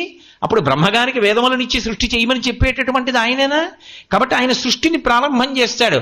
ఎవరిని సృష్టి చెయ్యమని బ్రహ్మ పదవిలో కూర్చోబెట్టాడో ఆయన కూడా కొంత ఆయుర్దాయం అయిపోయిన తర్వాత పడిపోతాడు. పడిపోతే అయ్యో ఇన్ని పుర్రెలతో పాటు ఈయన పుర్రె కూడా బొత్తిగా శ్మశానంలో పడిపోతే ఏం బాగుంటుందని ఓ మర్యాద కోసం దాన్ని తీసి తడపకి చుట్టి మెడలో వేసుకున్నాడు. అలా ఎన్నో పుర్రెలు అయ్యాయి, పెద్ద మాలయింది. అంటే ఇంతమంది బ్రహ్మలు వెళ్ళిపోయారు, ఆయన అలాగే ఉన్నాడు. ఆయన కాలాతీతుడని చెప్పడానికి ఆ మాల నిదర్శనం. కాబట్టి పునుకల పేరు కంఠమున బ్రహ్మమస్తకావలి నిబద్ధతే నమ శివాయ. ఆయనే కాలమునకు లొంగడు కాబట్టి యవ్వనంలో కూర్చుంటాడు. అందుకే చిత్రం వటతరోర్మూలే వృద్ధా శిష్య గురుర్యువా గురోస్తు మౌనం వ్యాఖ్యానం శిష్యాస్తు చిన్న సంశయా. ఆయనే యవ్వనంలో ఉండగలడు, ఆయనే పరమవృద్ధుడిగా కనపడగలడు, ఎలాగైనా కనపడగలడు. ఎందుకంటే అసలు కాలము ఆయనకు వశవర్తి అయి ఉంటుంది తప్ప ఆయన కాలమునకు వశపడేటటువంటి వాడు కాదు కనుక. అందుకని చిన్నారులలోన చిన్నవాడందుమా ఏనాటి వాడుకో ఎరుకలేదు. అతడు రూపమున అతడు బలి ఆకారమున అతడు బలిమేటియందుమా ఆకారమెట్టిదో అరయరాదు. మూలమునకు ఆకారం ఏముంటుంది? గోధుమ పిండికి ఆకృతి ఏమిటండి? పూరి అయితే ఆకృతి ఉంటుంది, చపాతీ అయితే ఆకృతి ఉంటుంది. అంతేగాని గోధుమ పిండి ఏంటి ఎలా అయినా అయిపోతుంది. అది బంగారం అంటూ ఉండాలి కానీ ఎన్ని ఆభరణాలన్నా అవుతుంది. ఆభరణం మాత్రం శాశ్వతం కాదు, కరిగిస్తే మళ్ళీ బంగారం అవుతుంది. పరమేశ్వరుడు అంతే, ఆయన మూలధాతువు. ఆయన లేక సృష్టి లేదేమో కానీ సృష్టి లేకపోయినా ఆయన ఉంటాడు. ఆభరణములు లేకపోయినా బంగారం ఉంటుంది, కరిగించి ముద్ద చేయిస్తే. బంగారం లేకుండా ఆభరణాలు రావు. ఆయన లేని సృష్టి లేదు, సృష్టి లేకపోయినా ఆయన ఉంటాడు. కాబట్టి ఆయనకి ఆకృతి ఏమిటి అసలు? అందుకే భక్తులు కోరుకుంటే 63 లీలామూర్తులు పొందాడు. 63 లీలామూర్తులు పొందాడు. ఆయన లింగస్వరూపాన్ని పొందాడు. ఎందుకని లింగస్వరూపాన్ని పొందాడు అంటే ఉపాసనా భేదాన్ని ఆవిష్కరించారు. మహాభారతంలో అశ్వత్థామ కృష్ణార్జునులు ఇద్దరి మీద అస్త్రప్రయోగం చేశాడు. అస్త్రప్రయోగం చేస్తే వాళ్ళని చెనకలేదు. చాలా బాధపడ్డాడు. ఏమిట్రా అస్త్రం వేశాను వీళ్ళ మీద, వీళ్ళని ఏమీ చెనకలేదు అస్త్రం అని చెప్పి బాధపడి వెళ్ళిపోతున్నాడు. వెనక్కి తిరిగి వెళ్ళిపోతుంటే పైనుంచి నల్ల మబ్బు ఒకటి దిగుతున్నట్టు అనిపించింది. ఇదేమిటి మబ్బు దిగుతోందని నిలబడి చూశాడు. వ్యాస భగవానుడు దిగాడు. దిగితే ఆయన తెల్లబోయి వ్యాస భగవానుడి దర్శనం అయిందని అశ్వత్థామ వ్యాసుడికి నమస్కారం చేసి కూర్చున్నాడు. ఏమిరా అబ్బాయి చిన్నబుచ్చుకుని ఉన్నావు అని అడిగాడు అశ్వత్థామ. నేను ఎన్ని అస్త్రములు వేసినా కృష్ణార్జునుల్ని చెనకలేదు, ఎందుచేత చెనకవని అడిగితే అప్పుడు చెప్పాడు, లింగమర్చతియ ప్రభో, అందుకని వారి యందు కరోతి వృషభధ్వజ తస్మిన్నభ్యధికాం ప్రీతిం కరోతి వృషభధ్వజ. సాకారమును ఉపాసన చేసిన వాడి కన్నా లింగాకారమును ఉపాసన చేసిన వాడు ఉపాసన యందు పై స్థాయిలో ఉంటాడు కాబట్టి పై స్థాయి ఉపాసకుడిని కింద స్థాయి ఉపాసకుడు చెనకలేడు. అందుకని వాళ్ళు లింగోపాసకులు. నువ్వు శివుడికి సాకారమూర్తిని ఉపాసన చేస్తావు, నీ ఉపాసన వారి ఉపాసనకి ముందు సరిపోదు. అందుకే నువ్వు వేసిన అస్త్రం వారిని చెనకదని చెప్పాడు. నే చెప్పట్లేదు, వ్యాసుడు చెప్పాడు మహాభారతంలో, కావాలంటే చూసుకోండి. కాబట్టి ఉపాసన యందు పై స్థాయిని చూపించడానికి లింగమూర్తి అయి ఉంటాడు. పైగా లింగం అంటే గుర్తు, సృష్టి స్థితి లయలకు అదే గుర్తు. అది కిందకొచ్చేస్తే లింగమైంది. లింగం ఇలా ఉందనుకోండి, పైన ఇలా ఉంటుంది. అదే ఇలా పెరిగింది అనుకోండి, ఇలా పెరుగుతూ వెళ్ళింది అనుకోండి, ఇలా చుట్టింది, గుడిని చుట్టింది, ఇలా చుట్టింది, కొమ్మాదిని చుట్టింది, ఇలా చుట్టింది, విశాఖపట్నాన్ని చుట్టింది, ఇలా చుట్టింది, రాష్ట్రాన్ని చుట్టింది, ఇలా చుట్టింది, దేశాన్ని చుట్టింది, ఇలా చుట్టింది, విశ్వాన్ని చుట్టింది. ఇప్పుడు లింగమే విశ్వము, విశ్వమే లింగము. అది తగ్గుతూ వచ్చింది నా కోసం, అదిగో గుళ్ళో అంత అయింది. కాబట్టి లింగము అంటే అంతా ఇందులో ఉందో అదే లింగం. అటువంటి స్వరూపి కాబట్టి ఆయనకి ఆకారం ఇది అని చెప్పడం ఎలా కుదురుతుంది అంతటి అద్భుతమూర్తికి? కాబట్టి ఆయన గురించి చెప్పడానికి ఆకారమున అతడు భలే మేటియందుమా ఆకారమెట్టిదో అరయరాదు. అసలు ఆయన సౌందర్యానికి వివశులైపోతారు. అందుకే దూర్జటి కాళహస్తీశ్వర శతకంలో ఒక అద్భుతమైనటువంటి పద్యం చేశాడు. వన్నే ఏనుగుతోలు దుప్పటము బువ్వా కాలకూటంబు చేగిన్నే బ్రహ్మకపాలముగ్రమగు భోగే కంఠహారంబు నిన్నీలాగున నుండి తెలిసియున్ని పాదమూలంబునం చేర్చెన్ నారాయణుడు ఎట్లు మానసమునం శ్రీకాళహస్తీశ్వర అన్నాడు. ఏమయ్యా, లోకంలో శ్రీ మహావిష్ణువు చాలా అందగాడని చెప్తాం కదా, తెల్లవారిలిస్తే మహానుభావుడు, ఆయన అందమే అందం. శాంతాకారం భుజగచయనం పద్మనాభం సురీశం విశ్వాధారం గగన సదృశం మేఘవర్ణం శుభాంగం లక్ష్మీకాంతం కమలనయనం యోగి హృద్యానగమ్యం వందే విష్ణుం భవభయహరం సర్వలోకైకనాథం. అటువంటి విష్ణువు శంకరుడి గురించి తపస్సు చేశాడు. ఇప్పటికీ ద్రవిడ దేశంలో దేవాలయం ఉంది. నేత్రార్పణేశ్వరుడిని 1000 పూజలతో పూజ చేస్తానని ప్రతిజ్ఞ చేస్తే ఒక పువ్వు మాయం చేశాడు. శంకరుడు ఏం చేస్తాడో చూద్దామని, రామ కమలపత్రాక్ష, నా కన్ను తామర పువ్వులా ఉంటుందని బాణంతో కన్ను పెరికి శంకరుడి పాదాల మీద పూజ చేశాడు. నేత్రార్పణేశ్వర దేవాలయం అని ఇప్పటికీ ఉంది. వెంటనే శంకరుడు సాక్షాత్కరించి ఏం కావాలన్నాడు, నీ శరీరంలో అర్ధభాగం ఇమ్మన్నాడు. హరికి అర్ధభాగం ఇచ్చాడు. అది హరిహరమూర్తి. ఇప్పటికే హైదరాబాద్ ఫిలిం నగర్లో అద్భుతమైనటువంటి శిల్పం ఉంటుంది, హరిహరమూర్తి. దాన్నే తిక్కన గారికి ప్రత్యక్షం అయ్యాడు. అటువంటి స్వరూపం, అంతటి అందగాడు. దూర్జటి దాన్ని దృష్టిలో పెట్టుకుని అంటాడు, వన్నే ఏనుగుతోలు దుప్పటము, కట్టుకునేదా ఏనుగుతోలు శంకరుడు. పైగా వన్నే ఏనుగుతోలు దుప్పటము బువ్వా కాలకూటంబు, తినే అన్నమా విషం తింటుంటాడు. అంటే ఎప్పుడో తిన్నాడు హలాహలం. బువ్వా కాలకూటంబు చేగిమ్మే బ్రహ్మకపాలము, బ్రహ్మకపాలాన్ని చేతిలో గిన్నె కింద పట్టుకున్నాడు. చేగిమ్మే బ్రహ్మకపాలం ఉగ్రమగు భోగే కంఠహారంబు, బ్రహ్మాండమైన పాము మెళ్ళో వేసుకున్నాడు. ఎవడి దగ్గరికి వెళ్ళి దండం పెడతాడు. చిత్రం ఏమిటంటే, ఉగ్రమగు భోగే కంఠహారంబు నిన్నీలాగున నుండి తెలిసియున్ నీ పాద మూలంబునం చేర్చిన్ నారాయణుడెట్లు మానసమునన్. మరి ఇలా ఉంటామంటారు కదా, అంత అందగాడు విష్ణు అంటారు కదా, మరి ఆయన నీకోసం తపస్సు చేసి నీ పాదములు ఎందు తన మనస్సు పెట్టి నీ శరీరంలో అర్ధభాగం ఎందుకు పుచ్చుకున్నాడు అంటే దాని అర్థం ఏంటంటే, పైకి ఇలా కనపడతావు కానీ అసలు నీ సౌందర్యములకు గని. అప్రాకృత శరీరం తం అతిమన్మధరూపిణం ఘృతరీతి ఘనీభూతం సచ్చిదానంద విగ్రహం అని లింగపురాణంలో వ్యాస భగవానుడు. అంతటి ముగ్ధమోహన సౌందర్యం అయింది. అలా ఉంటాడు నిలబడితే. కాబట్టి అంతటి అందగాడు ఆకారమున అతడు బలమేటి యందుమా ఆకారమెట్టిదో అరయరాదు కులగోత్రములు రెండు తెలియదమందుమా తల్లిదండ్రులిప్పుడు ధరణి లేరు. లోకంలో అందరికీ తల్లి ఆయనే తండ్రి ఆయనే అయినప్పుడు ఇంకా ఆయనకి తల్లి తండ్రి ఉంటే ఆయన కూడా ఒకళ్ళకు పుట్టినవాడు అవుతాడు, పరిమితం అయిపోయినవాడు అయిపోతాడు. అది స్తోత్రమా విమర్శ? అయినప్పుడు ఒంటివాడు చిలువా దేవుండు చూడడే, ఆఖరికి మిగిలిపోయేవాడు ఎవరంటే ఆయన ఒక్కడే. మేకలు వేయింజన్నను భాసురముగ నొక్క కోతి పర్ణం బెక్కున్న ఆ కోతులు వేయింజన్నను కోకోయని కొంకి నక్క కోయని కూషన్ అంటారు జానపదులు. అన్నీ ఆఖరికి చిట్ట చివరికి శంకరుడిలోకి వెళ్ళిపోతే మహాప్రళయంలో ఆయన ఒక్కడే మిగిలిపోతాడు. ఆఖరికి ఆయన మహాప్రళయ తాండవం చేస్తుంటే అమ్మవారు సంహార ప్రక్రియ చేయకూడదు, తల్లి అంటే ప్రేమైకమూర్తి కాబట్టి ఆవిడ ఒక్కతే నిలబడి ఆ తాండవం చూస్తుంది. మహాప్రళయ సాక్షిణి. ఆ మహాప్రళయంలో తాండవం చేసి జీవులందరినీ తాను పొందేసి కటిక చీకటి ఏర్పడి సూర్యచంద్రుల గమనం కూడా ఆగిపోతుంది. ఆగిపోయిన తర్వాత తనలో తాను రమిస్తూ జీవులందరి యొక్క కర్మశేషములను కూడా తన శరీరమునకు భస్మగా అలుదుకుని కూర్చుంటాడు. ఆయన తప్ప ఏమీ ఉండదు. ఉంటివాడు తెలుపనొంటివాడు దేవుండు చూడడే, అది ఆయన యొక్క గొప్పతనం. మళ్ళీ ఆయనలోంచే సృష్టి వస్తుంది. ఇది పైకి ఇంకోలా చెప్తున్నాడు, పాపం ఒక్కడు దేవుడు చూడాలి. ఆయన ఎవరు? శివుడే బ్రహ్మచారిగా తన గురించి తాను వ్యతిరేకంగా చెప్పుకుంటున్నాడు. ఎంతటి త్యాగమూర్తి! ఆయనకి బాహ్య ఆడంబరాలు నచ్చుతాయా? నిలబడగలదా? విసిరితే నిప్పు రేవకుండా ఉంటుందా? చూస్తున్నాడు. అందుకని దేవుండు చూడడే, మాయచేతో కపట మంత్రములనో మగువ నిన్ను ఎట్లు మరగించుకున్నాడో కాని తగినవాడు కాడు కాడు. నీకు తగినవాడు కాడు. అసలు నేను ఒకటి చెప్పనా? నువ్వు ఇంత తపస్సు చేసేస్తున్నావు కదా, శంకరుడు ప్రత్యక్షం అయిపోయాడు అనుకో, ఏమండి నన్ను మీ దాన్ని చేసుకోండి అని అడిగావు అనుకో, తప్పకుండా అలాగే చేసుకుంటాను పార్వతి అన్నాడు అనుకో, కళ్యాణం చేసుకోవాలి కదా మీ ఇద్దరు. కళ్యాణం చేసుకోవాలనుకో మీరిద్దరూ పీటల మీదకి రావాలి కదా. నువ్వేం కట్టుకుంటావు? చీనాంబరాలు కట్టుకుంటావు. ఎందుకని? రత్నములకు వజ్రములకు గని అయినటువంటి హిమవత్ పర్వతం నీ తండ్రి అటువంటి చీర కడతాడు, అన్ని నగలు పెడతాడు. ఆయన ఏనుగు చర్మం కట్టుకొస్తాడు. రెండింటికి మూడేలా? చీనాంబరంబులు చెలువొప్ప కట్టడు మదసింధురేంద్ర చర్మంబు కాని రత్నకంకణములు రమణుడై తొడగడు పనిలోక రాజకంకణము కాని చందనగంధంబు జానడై పూయడు మదపంచబాణ భస్మంబు కాని.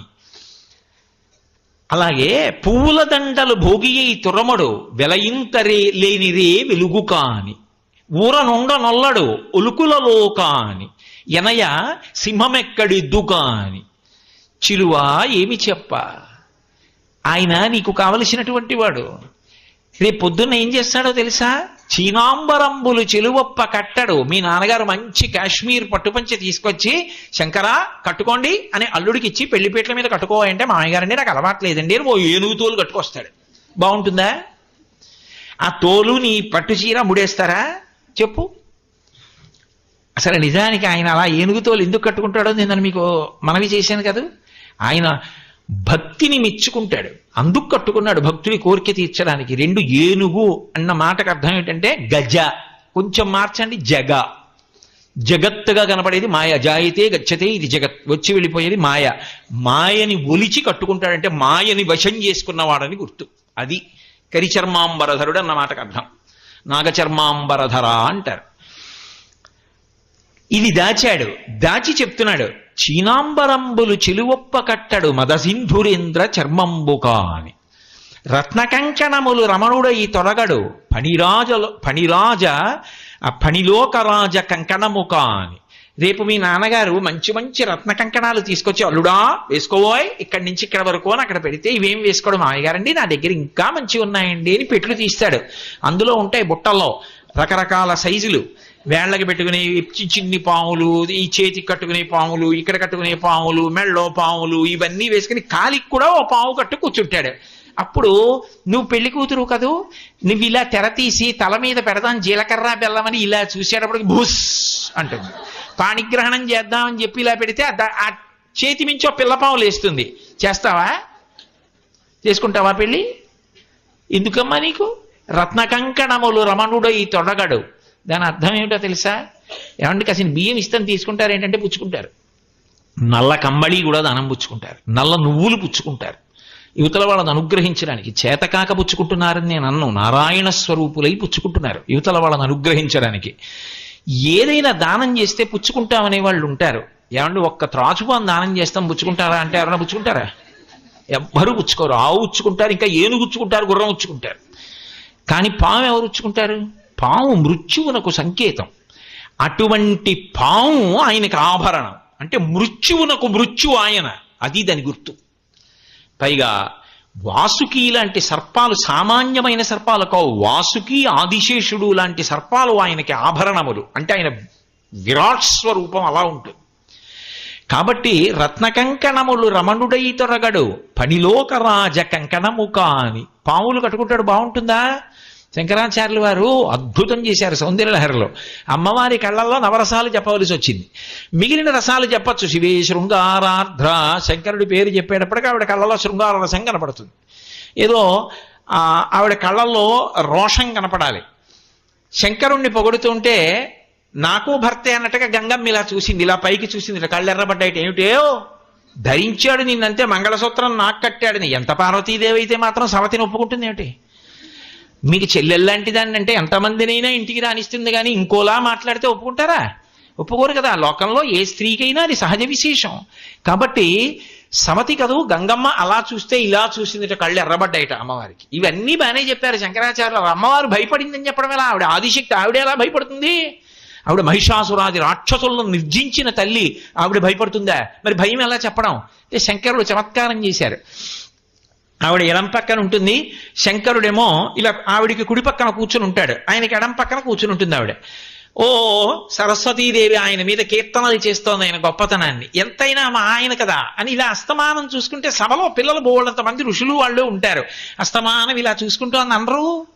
అందుకని అలా చూడలేక, అలా చూడకుండా ఉండలేక మధ్య మార్గంగా ఏం చేసిందంటే ఆయన చెయ్యిలా పట్టుకుంది. ఎవరికి కనపడదు కదా అని పవిట కొంగు అడ్డు పెట్టి ఆయన చెయ్యి పట్టుకుంది.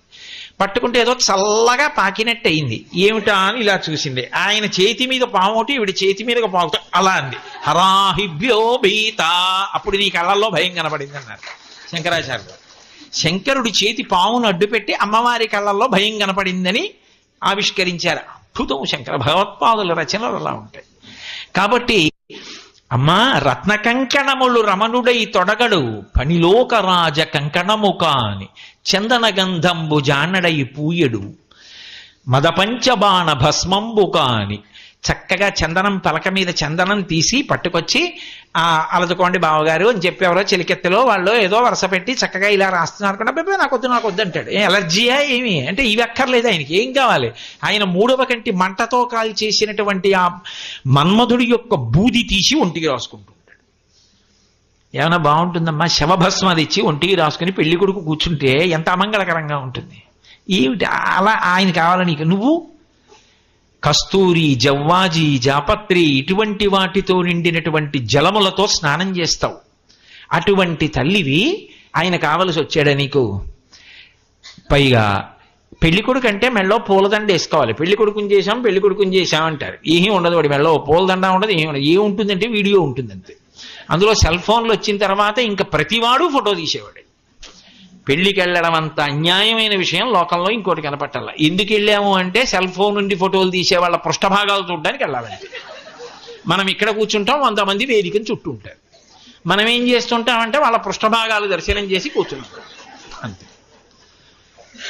అంత అన్యాయమైనటువంటి స్థితిలోకి వెళ్ళిపోయింది వాళ్ళ ప్రపంచం.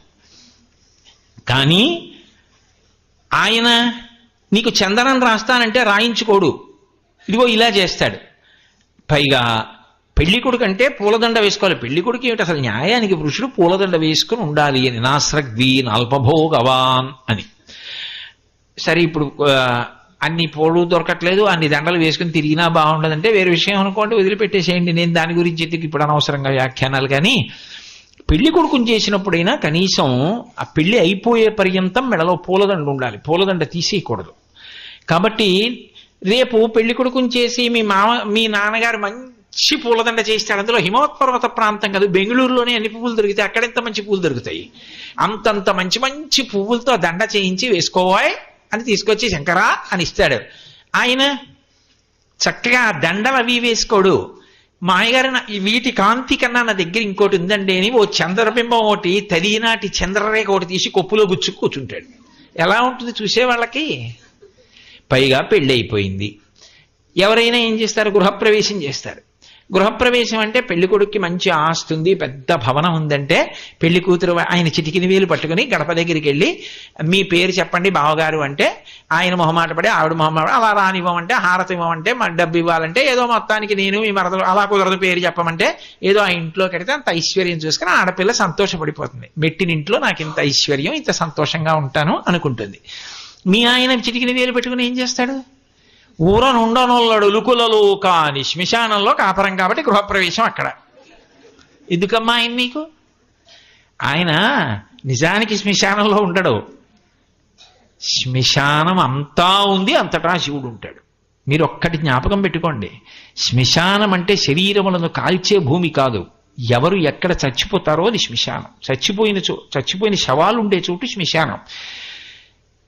ఎంతమంది ఎక్కడ పడితే అక్కడ చచ్చిపోతారు. చచ్చిపోయాక శ్మశానానికి తీసుకెళ్లారా? శ్మశానానికి వెళ్ళి చచ్చిపోతున్నారా? ఇంట్లో చచ్చిపోతున్నారు, వీధిలో చచ్చిపోతున్నారు, రోడ్డు మీద చచ్చిపోతున్నారు, మేడ మీద చచ్చిపోతున్నారు, గాలిలో చచ్చిపోతున్నారు, నీళ్లలో చచ్చిపోతున్నారు. చచ్చిపోయాక శ్మశానానికి వెడుతున్నారు. అయితే లోకమంతా శ్మశానమను, లేకపోతే శ్మశానం లేదను, ఏదో ఒకటి. కాబట్టి అంతా శ్మశానమే ఉన్నదంతా. కాబట్టి ఆయన కానిది ఆయన లేనిది లేదమ్మా అని దాని అర్థం. కానీ పైకి ఎలా అంటాడు? ఊరనుండనొల్లడు ఒలుకొలలో కాని ఎనయ సింహం ఎక్కడ ఎద్దుగా అని. నీకు సింహం వాహనం, ఆ సింహం నిన్ను భరిస్తుంది. రండి చక్కగా ఈ సింహం ఎక్కెడదామంటే ఏదో మంచి చక్కగా బ్రహ్మాండమైనటువంటిది ఓ 1,50,00,000 కారు ఒకటి విమానంలో విదేశాల నుంచి తెప్పించి మామగారిచ్చి, అల్లుడా నా కూతుర్ని తీసుకుని వెళ్ళబోయ్ అంటే, మామగారిని ఎందుకండి బ్రహ్మాండమైన గుర్రబండి ఉంది నాకు అని అక్కడి నుంచి ఆ గూడు బండిలోకి అమ్మాయిని ఎక్కించి అటు ఇటు ఊగిపోయి కర్రలు భుజాలకు కొట్టుకుంటుంటే ఆయన ముందు దండెక్కి ట్రర్రని దాన్ని కొట్టుకుంటూ వెళ్తున్నాడు అనుకోండి. ఊళ్ళో వాళ్ళు ఏమనుకుంటారు? ఏంటి ఇలాంటి అల్లుడు వచ్చాడు ఈయనకి అనుకోరు. అలా ఎనయ సింహం ఎక్కడ ఎద్దుగా అని ఆ ఎద్దెక్కి తిరుగుతుంటాడు. ఎప్పటిదో పాపం ఎద్దు ముసల్దా అయిపోయి ఉంటుంది. అది ఎక్కి తాను కూర్చుని నిన్ను ఎక్కించుకుని వీధిలో తిరుగుతుంటే ఆ హనీ ఐశ్వర్యం ఎంత బాగుంటుందంటావు. అంటే ఎక్కడైనా లోపల రవ్వ ఉంటే మాత్రం విసిరితే మంటే. నిజంగా ఆవిడికి ఎక్కడైనా చిన్న అనుమానం ఉందనుకోండి శివుడికి ఐశ్వర్యం లేదని, అమ్మో నిజమేనండి బాగా వచ్చారు సుమా దేవుళ్ళలాగా, ఇప్పటికే అనవసరంగా ఇహ మళ్ళీ ఎప్పుడు శివ అన్నండి అని పారిపోవాలి ఇంటికి. అలా మాట్లాడాడు. అయ్యో నా పెళ్లి పాడైపోతుందేమో కాదు, అవతల వారి యందు శివభక్తిని అలా పరీక్షించాడు. కాబట్టి ఇంటనుండనొల్లడు ఉలుకులలో కాని ఎనయ సింహం ఎక్కడిద్దుగా అని. అటువంటి వాడు నీకెందుకమ్మా? కాబట్టి నా మాట విను. నీకొక్క మాట చెప్పనా? నీ అదృష్టమో నా అదృష్టమో నువ్వు బాగా గమనించుంటావు, నీ బ్రహ్మచారిని. కాబట్టి నేను వయసులోనున్నవాడ ముదిమిలేనివాడ మోహనాకారుండ తరుణి నిన్ను నేల తగినవాడ నన్ను తవిలి నీవు నా వెంట చనుదెమ్ము వనటకుంత నేత్ర వనజనేత్ర. ఎందుకు అనవసరంగా ఆయన గురించి తపస్సు? చూసావా బ్రహ్మచారిని ఎంత అందంగా ఉన్నానో. కాబట్టి అయిందేదో అయిపోయింది, ఇంకా మళ్ళీ వెనక్కి వెళ్ళి తెలియక నేను శివుడి గురించి తపస్సు చేశాను అమ్మా, అక్కడతో వదిలిపెట్టేశానమ్మా, మీరు సంబంధం చూడండమ్మా అంటే ఊళ్ళో వాళ్ళందరూ శివుడి గురించి తపస్సు చేసిందట, ఇప్పుడేమో ఇంకోడు కావాలట, పిల్ల మనసు మలినమైంది కదా, రకరకాల పేర్లు చెప్తారు. అక్కడి నుంచి మీ అమ్మగారికి నాన్నగారికి మనసు పాడవుతుంది. ఎందుకు? హాయిగా నేను వచ్చానుగా బ్రహ్మచారిని, చక్కగా చూడు ఎంత అందంగా ఉన్నాను. ముదిమిలేని వాడ, నేనేం ముసలాన్ని కాదు, మోహనాకారుండా చక్కగా అందంగా ఉన్నాను. తరుణి నిన్ను నేల తగినవాడ, నిన్ను చేపట్టడానికి తగినవాడిని. కాబట్టి నన్ను తవిలి నీవు నా వెంట చనుదేమో, ఇంకా మళ్ళీ ఇంటికి వెళ్ళడాలు చెప్పడాలు పెట్టకో, వచ్చేయి. వనటకుంద నేత్ర వనజనేత్ర, అలా ఇంటికి వెళ్లకుండా ఇక్కడే కూర్చుని తపస్సు మానేసి బాధపడుతూ జరిగింది ఏదో ఇలా అయిపోయింది అలా ఎలా ఎలా అని వేళ్ళు విరుచుకోకు, వచ్చేదా పోదాం అన్నాడు. ఆవిడంది వెంటనే లేచి చిలికెత్తెళ్ళి పిలిచింది. వీడట బ్రహ్మచారియట వీనుల పెట్టగరాని మాటలే ఆడుచునున్నవాడు, నమశివాయయుండాడగరాదు మదనాంధుడు వీడు, వీని పండ్లోడగ వేసి ద్రుబ్బుడని ఉగ్రత పల్కిన కాంతలందరు. వెంటనే ఆవిడ లేచింది, చెవులు మూసుకొని నమశివాయ శివునకు నమస్కారము వినా ఇంకొక మాట వినడానికి వీల్లేదు. మదనాంధుడు వీడు మదంతో కాలిపోతున్నాడు. వీనులను పెట్టగరాని మాటలే ఆడుచునున్నవాడు. శివనింద వినకూడదు, శివనింద పలుకుతున్నాడు. దాని వలన విని మనకి మహాపాపం వస్తుంది.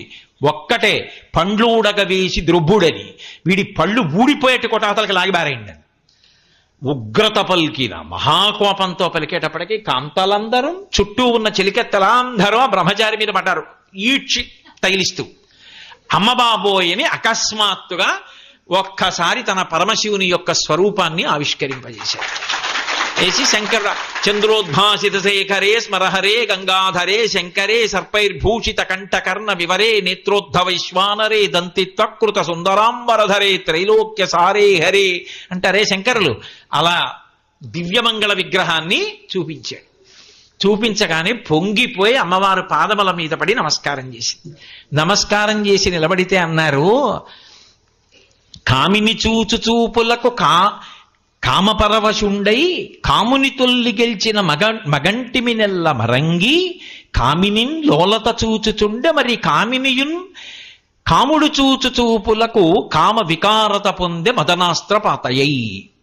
ఇంత మన్మధుణ్ణి గెలిచినవాడు ఆవిడ తపశ్శక్తి చేత వశం చేసుకుంటే శివుడంతటి వాడు అమ్మవారిని అబ్బా ఏమి తపశ్శక్తి, నన్ను వశం చేసుకున్నావు పార్వతి అని అభినందన పురస్సరంగా చూస్తున్నట్టు. ఆవిడ శంకరుడి అందానికి చూసి ఎంత అందగాడో అని మనస్సులో ఆవిడ అలా నిలబడిపోయి ఆవిడ చూస్తోందట.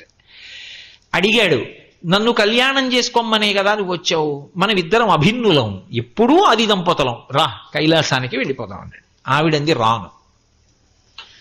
గతంలో ఇలాగే నేను అనేక అవతారాల్లో కళ్యాణం చేసుకున్నాను. దక్ష ప్రజాపతి కుమార్తెగా ఉన్నప్పుడు కూడా చేసుకున్నాను. ఈ అవతారంలో అలా రాను.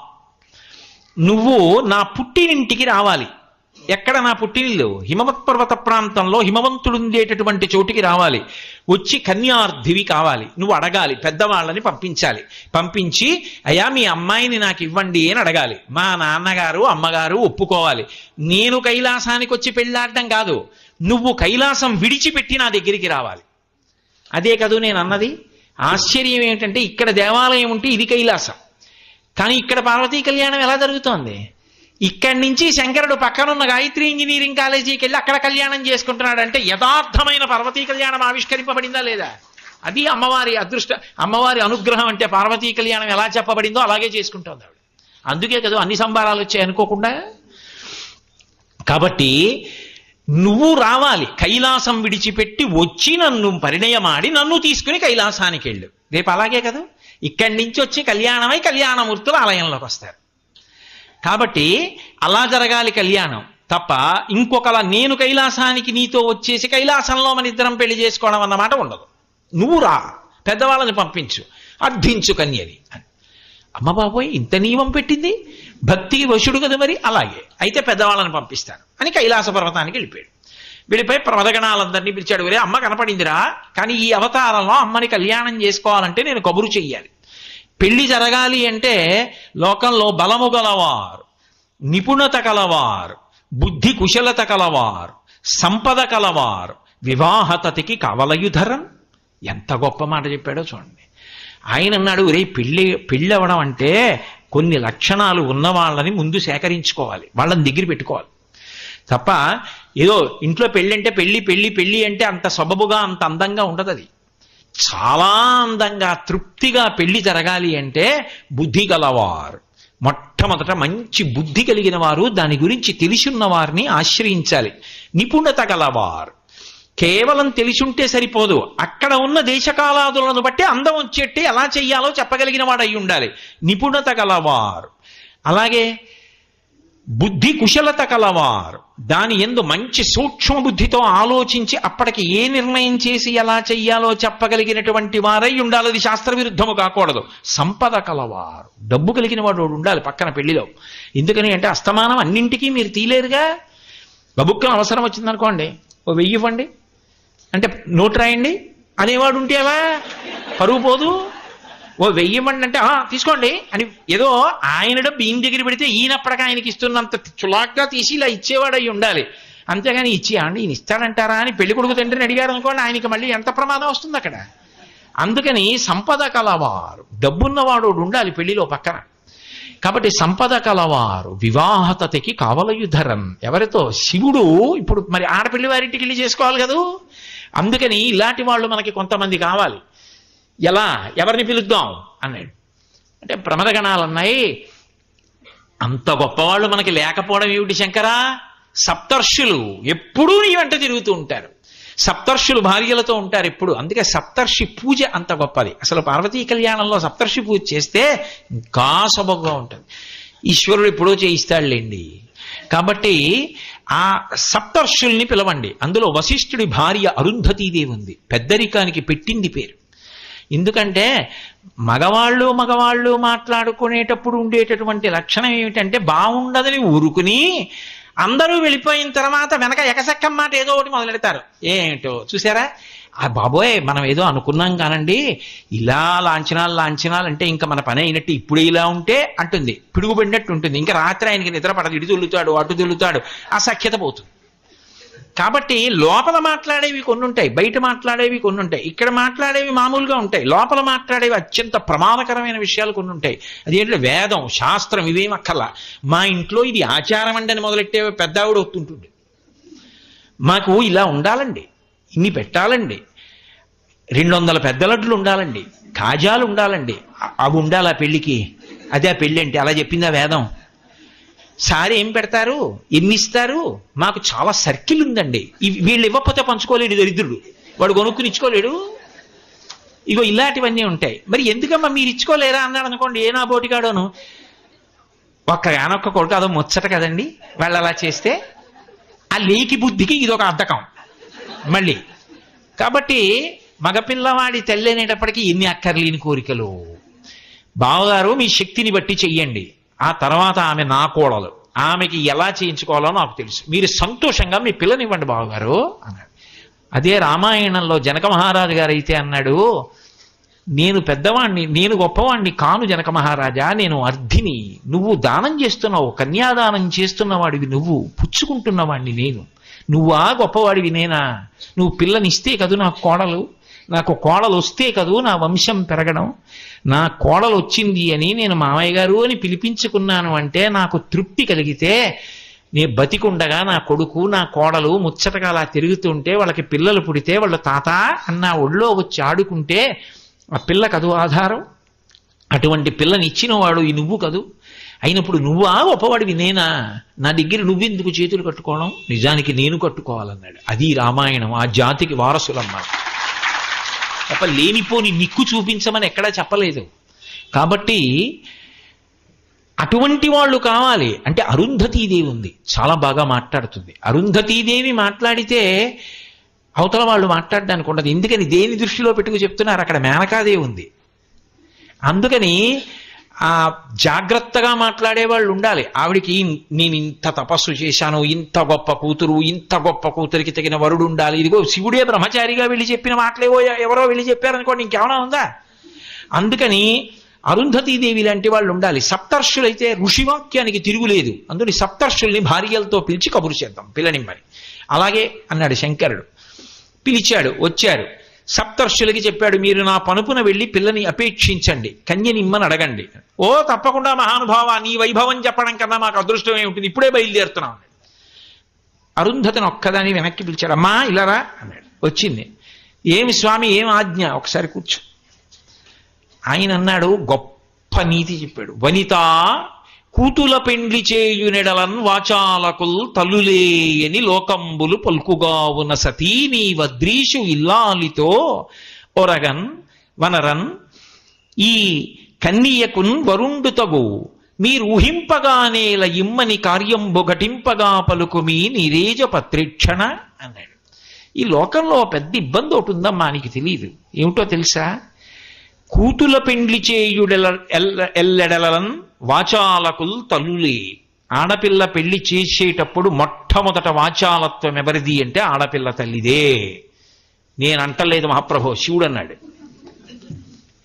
ఎందుకంటే పెళ్లి కుదిరే వరకు ఒకలా ఉంటుంది, పెళ్లి కుదిరిపోయిన తర్వాత ఆడపిల్ల తల్లికి వెంటనే వచ్చే అనుమానం ఏమిటంటే, ఏమిటో అంత చటుక్కు నొప్పేసుకున్నారు, ఇంతకన్నా 4 సంబంధాలున్నాయి, ఈ సంబంధం కాకుండా మిగిలిన 3 కూడా ఒక్కసారి చూస్తే బాగుండేదేమో, గబుక్కు నొప్పేసుకున్నానేమో, ఆ 3 ఇంకా ఆస్తి ఎక్కువ ఉంది, ఆ పిల్లాడి ఉద్యోగం మంచిది, కాబట్టి ఇంకా పిల్ల సుఖపడినేమో, చటుక్కు నొప్పేసుకున్నామేమోనండి. మనం కానీ తొందరపడిపోలేదు కదా, మనం చేసిన నిర్ణయానికి పిల్ల జీవితం పాడైపోదు కదా, పర్వాలేదంటారా? ఆ పిల్లాడి జుత్తు నొక్కులుగా బాగానే ఉంది, కానీ ఏమిటో ఇలా దువ్వుకున్నట్టు లేదు, అతను అయితే పాపిడి తీసుకుని పక్కకి ఇలా దువ్వుకుంటే అందంగా రెడీ, మన పిల్లకి తగినట్టు ఉండడంటారా? ఇతను కొంచెం వలమవుతాడేమో అని నాకు అనుమానంగా ఉందండి అంటుంది. ఆయనకి నిద్ర పట్టదు. ఇంకా నేనేమైనా తప్పు చేశానా, ఆడపిల్లని అనవసరంగా ఇచ్చేస్తున్నానా, నా కన్నతల్లి ఏమైపోతుందో, నాన్నగారండి అని నన్ను నమ్ముకు బతుకుతోంది. ఇంకా మర్నాడు వాళ్ళు వచ్చారనుకోండి, అంత స్వేచ్ఛగా మాట్లాడు, అడుగడుగునా అనుమానమే. అక్కర్లేని మాట ఏదో చటుక్కునంటుంది, అగ్నిహోత్రంలో అంటుకుంటుంది అది. కాబట్టి వాచాలకులు తల్లులే కావున ఆ కన్యకున్ వరుండు తగు, ఇది బాగా చెప్పు, మీ అమ్మాయికి వరుడు తగినవాడే. ఎందుకంటే మేనకాదేవికి ఎక్కడో అక్కడ అనుమానం వస్తుంది, మా అమ్మాయికి తగినవాడేనా శివుడు అని 1000 మాటలు అడుగుతుంది. చాలా మంచివాడు, చాలా అందంగా ఉంటాడు, చాలా బాగుంటాడు. ఎందుకంటే అపప్రద ఒకటి ఉంది లోకంలో, పావులు వేసుకుంటానని. ఆ పావులు వేసుకుంటాడు కదమ్మా, మా అమ్మాయి ఎలా కాపురం చేస్తుంది, ఇలాంటివేవో అడుగుతుంది మేనకాదేవి. జాగ్రత్తగా చెప్పు సుమా, కార్యం భుగటింపగా పలుకు మీ అంభోజపత్రేక్షణ, ఎలాగైనా ఈ పెళ్లి కుదిరేట్టు మాట్లాడు సుమా. ఆవిడ తపస్సు చేసింది, మాట ఇచ్చారు, ఇప్పుడైతే నే తపస్సు చేయాలి మళ్ళీ, అందుకని జాగ్రత్త సుమా. అంటే లోకము యొక్క వ్యవహారం ఎలా ఉంటుందో అలాగే చెప్పాడు శంకరుడు. పార్వతీ కళ్యాణం ఎన్ని మలుపులు తిరిగిపోయింది అనుకుంటున్నారు, ఏదో పూర్తి చేయాలి కాబట్టి చేస్తున్నాను కానీ. సరే, పాపం ఈ ఋషులు బయలుదేరారు. ఈ ఋషులు ఇలా బయలుదేరి దేవతలు అలా వచ్చారు. ఏం మీ అందరు వచ్చారన్నాడు శంకరుడు. స్వామి, మాదొక్క కోరిక. ఏమిటి చెప్పండి అన్నాడు. మీ కళ్యాణం అని విన్నాం, అవును ఇంకా కుదరలేదు, ఇప్పుడే కబురు చేశాను. ఒక్క మాట చెయ్యాలి, మీ పెళ్లిలో ఆడపిల్లని త్రికరణ శుద్ధిగా కన్యాదానం చేయకుండా భయపడుతూ మీ మీద అనుమానంతో కన్యాదానం చేసేటట్టుగా మీరే మీ పెళ్లి పాడు చేసుకోవాలి. అది ఎందుకురా అన్నాడు. త్రికరణ శుద్ధిగా కన్యాదానం చేసేసాడు అనుకోండి, హిమవంతుడు మేనకాదేవితో కలిసి పార్వతీదేవిని మీ వంటి వారికి త్రికరణ శుద్ధితో కన్యాదానం చేస్తే మోక్షం వచ్చేస్తుంది. మోక్షం వచ్చేస్తే హిమవత్ పర్వతం ఉండదు. హిమవత్ పర్వతం లేకపోతే ఇన్ని లక్షల మంది తపస్సు చేసుకునే వాళ్ళకి ఆధారభూతమైన భూమి ఉండదు. అది దివ్య భూమి, అది అంతర్ధానం అవ్వకూడదు. అందుకే వాళ్ళ మనస్సులో మీ మీద అనుమానం వచ్చేటట్టు, ఇతను తగినవాడేనా అని అనుమానం వచ్చి నమ్మక లోపల మదనపడిపోతూ పైకి ఒప్పుకుంటూ కాసేపు సంతోషిస్తూ కాసేపు బాధపడుతూ కన్యాదానం చేసేటట్టు మీరే మీ పెళ్లి పాడు చేసేసుకోండి అన్నారు. మేం చేయలేం, మీరే చేసేసుకోండి. ఆయన ఉదారుడు నవ్వాడు. అలా చేయనా మా అత్తగారు మావగారిని? అలా అయితే హిమవత్ పర్వతం ఉంటుందా, మీ కోరిక తీరుతుందా? అది దేవభూమే. అలాగే చేస్తానులేండి, వెళ్ళి రండి. వాళ్ళందరూ సంతోషంగా వెళ్ళిపోయారు. పర్వాలేదు లేరా హిమవత్ పర్వతం, ఆయన పెళ్ళి ఆయనే జాగ్రత్తగా అలా ఏదో పాడు చేసుకుని బాగు చేసుకుంటాడులే అని వెళ్ళిపోయారు. పాపం ఇప్పుడు ఎంత కష్టం చూడండి. అక్కడ వెళ్ళారు సప్తర్షులు, హిమవంతుడితో మాట్లాడారు. ఆయన చెప్పింది నిజంగా నేను ఆ పెళ్లి మాటలు ఇవన్నీ చెప్పాను అనుకోండి, 10 రోజులు చెప్పాలి పార్వతీ కళ్యాణం. అంత వర్ణించారు శివమహాపురాణంలో. ఇక్కడ హిమవంతుడు పాపం సంతోషించాడు. మేనకాదేవి ఎన్ని ప్రశ్నలు వేసిందో అరుంధతీదేవిని. అరుంధతీదేవి కాబట్టి మాట్లాడి ఒప్పించి చాలా సంతోషంగా ఒప్పుకున్నారు మేనకా హిమవంతుడు. ఇంత గొప్పవాడు, తప్పకుండా పిల్లనిస్తామన్నారు. ఏదో ముహూర్తాలు పెట్టుకున్నారు. పెట్టుకున్న తర్వాత శుభలేఖ వేశారు. శుభలేఖ వేసిన తర్వాత మరి శుభలేఖ వేసినప్పుడు అందులో ఏమని రాస్తారు? మీరు వచ్చినప్పుడు ఏదో బంధుమిత్ర సపరివారముగా విచ్చేసి మొదర్పిత చందన తాంబూలాది సత్కారములను వేయకుని మమ్మ ఆనందింపజేయ ప్రార్థన. చందనం రాసేవాడు ఎవడు ఉండడు, ఉట్టినే ఎలా అంటారంతే. చందనం రాసేవాడు ఉండడు, తాంబూలం ఇచ్చేవాడు ఉండడు. కానీ నేను మాత్రం మా అమ్మాయి పెళ్లికి చేశాను భగవంతుడు అనుగ్రహంతో అలా. కాబట్టి అసలు ఆ చందనం అలది తాంబూలం ఇవ్వడం కదండి మర్యాద. అందుకని అదిగో ఆ హిమవంతుడు ఏం చేశాడంటే, మరి తన పిల్లలందరినీ పిలవాలి. ముందు ఆడపిల్లలు ఇంటికి వస్తేనే కదా సంతోషం ఏదైనా. ఓ శుభకార్యం అనేటప్పటికీ ముందు వాళ్ళు వచ్చేయాలి. ఒక్క చీర కోసం 3 రోజులు షాపింగ్కి వెళ్ళాలి. ఇవన్నీ చేస్తేనే కదా సంతోషం. తేవాలి, మళ్ళీ ఇచ్చేస్తుండాలి, ఇది బాగుందనాలి, రాత్రి పడుకోవాలి, పొద్దున్న లేవాలి, మళ్ళీ అంచు చూడాలి, పైన చూడాలి, ఏదో రకరకాలు ఉంటాయి. అవన్నీ సంతోషాలు. నేను ఎందుకు అవి తప్పని కానీ ఒప్పని కానీ నేను అంటలేదు. అదో సంతోషం. కాబట్టి అలా నడిచిపోవాలంటే మరి ఆడపిల్లలు రావాలి. హిమవంతుడికి ఆడపిల్లలు ఎవరు? ఆయన పర్వతం. కాబట్టి ఆయనకి స్నేహితులు ఎవరు? బంధువులు ఎవరు? పర్వతాలే. కాబట్టి ఆయన హిమవంతుడు. ఆయనకి స్నేహితులు ఎవరు? గంధమాదన పర్వతం, వెంకటాచలం, అరుణాచలం, సహ్యాద్రి. ఈ పర్వతాలన్నీ ఆయనకి బంధువులు. అందున చాలా పెద్దవాడు బంధువుల్లో. కాబట్టి ఆయన బంధువులు అంటే ఆయన ఇంట్లో పెళ్ళంటే రాకుండా ఎవరుంటారు? కాబట్టి పుత్రమిత్ర కళత్రాదులతో రమ్మని ఉత్తరం రాసి శుభలేఖ పంపించాడు. ఇప్పుడు వెంకటాచలం వెడుతోంది అనుకోండి. వెంకటాచలం వెడితే వెంకటాచలంలో 7 కొండలు, 7 కొండల్లో ఉన్నటువంటి అరణ్యాలు, అరణ్యాల్లో ఉన్న తీర్థాలు, నదులకు భర్తలు కాబట్టి అల్లుళ్ళు సముద్రాలు, సముద్రాల్లో ఉన్న జలచరాలు, నదుల్లో ఉన్న జలచరాలు, పర్వతాల్లో ఉన్న ఎలకలు, గుహల్లో ఉన్న సింహాల దగ్గర నుంచి బయలుదేరి నదులు, సముద్రములు, జీవులు, క్రూరమృగములు, సాధుమృగములు, భక్తులు, మనుష్యులు అందరూ ఆడపిల్లి వారి తరపున వెళ్ళిపోయారు. మగపిల్లి వారి తరపున చతుర్ముఖ బ్రహ్మగారు, శ్రీ మహావిష్ణువు, సరస్వతీదేవి, లక్ష్మీదేవి, 33 కోట్ల మంది దేవతలు, ఋషిగణాలు, ప్రమదగణాలు, యక్షులు, రాక్షసులు, కిన్నెరులు, కింపురులు, గంధర్వులు అందరూ బయలుదేరారు. ఇక భూమి మీద ఎవడుంటాడు? అందరూ పెళ్లివారింటికే. ఇంతమంది హిమవత్పర్వత ప్రాంతానికి వెళ్ళిపోయారు పెళ్లివారింటికి. ఇంతమంది వెళ్ళిపోయిన తర్వాత అయ్య బాబోయ్ ఎంతమంది బంధువులో, ఎంత పొంగిపోయిందో మేనకాది. హిమవంతుడు అంటే పాపం భోజనానికి ఏమైనా బియ్యం సరిపోతాయా, కూరలు సరిపోతాయా, లేదా డబ్బు ఎక్కడి నుంచి తేవాలి, చాలా సంతోషంగా ఖర్చు పెట్టేటటువంటి అదృష్టం వచ్చింది, తప్పకుండా తెప్పించేద్దాం అని ఆయన ఏదో సంతోషంగా తిరుగుతున్నాడు. మేనకాదేవికి ఉత్సాహం ఏమిటంటే మరి అల్లుడిని ఇంకా చూడలేదు కదా, అల్లుడిని చూడాలని ఆవిడ సంతోషం. అందుకని ఆవిడ ఏం చేసిందంటే గవాక్షంలో పైకి ఎక్కింది అంతఃపురానికి. ఎక్కి పక్కన నారద మహర్షిని పెట్టుకుంది. దేవఋషి, ఆయనకి అందరూ తెలుసు. పెట్టుకుని మా అల్లుడిని చూపించవయా అంది. తెల్లవారుజామున బ్రహ్మముహూర్తంలో బయలుదేరింది ఊరేగింపు. వస్తున్నాడు శంకరుడు పెళ్లికి. మొట్టమొదట చతుర్ముఖ బ్రహ్మగారు వచ్చారు.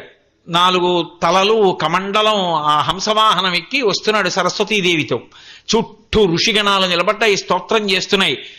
ఒకప్పుడు మేము కాకినాడలో ఇదంతా గొప్ప ఊరేగింపుగా నిజంగా అలా వేషాలు వేసి చేశాం పార్వతీ కళ్యాణం. ఎంత అద్భుతంగా జరిగిందో. అలా వస్తుంటే చూసింది మేనకాదేవి. అబ్బా ఆయనేనా మా అల్లుడండి. అబ్బా ఈయనకి 5 ఉండేవమ్మా, తలకాయలు ఓడి గిల్లిశాడు మీ అల్లుడు. 4 ఉన్నాయి.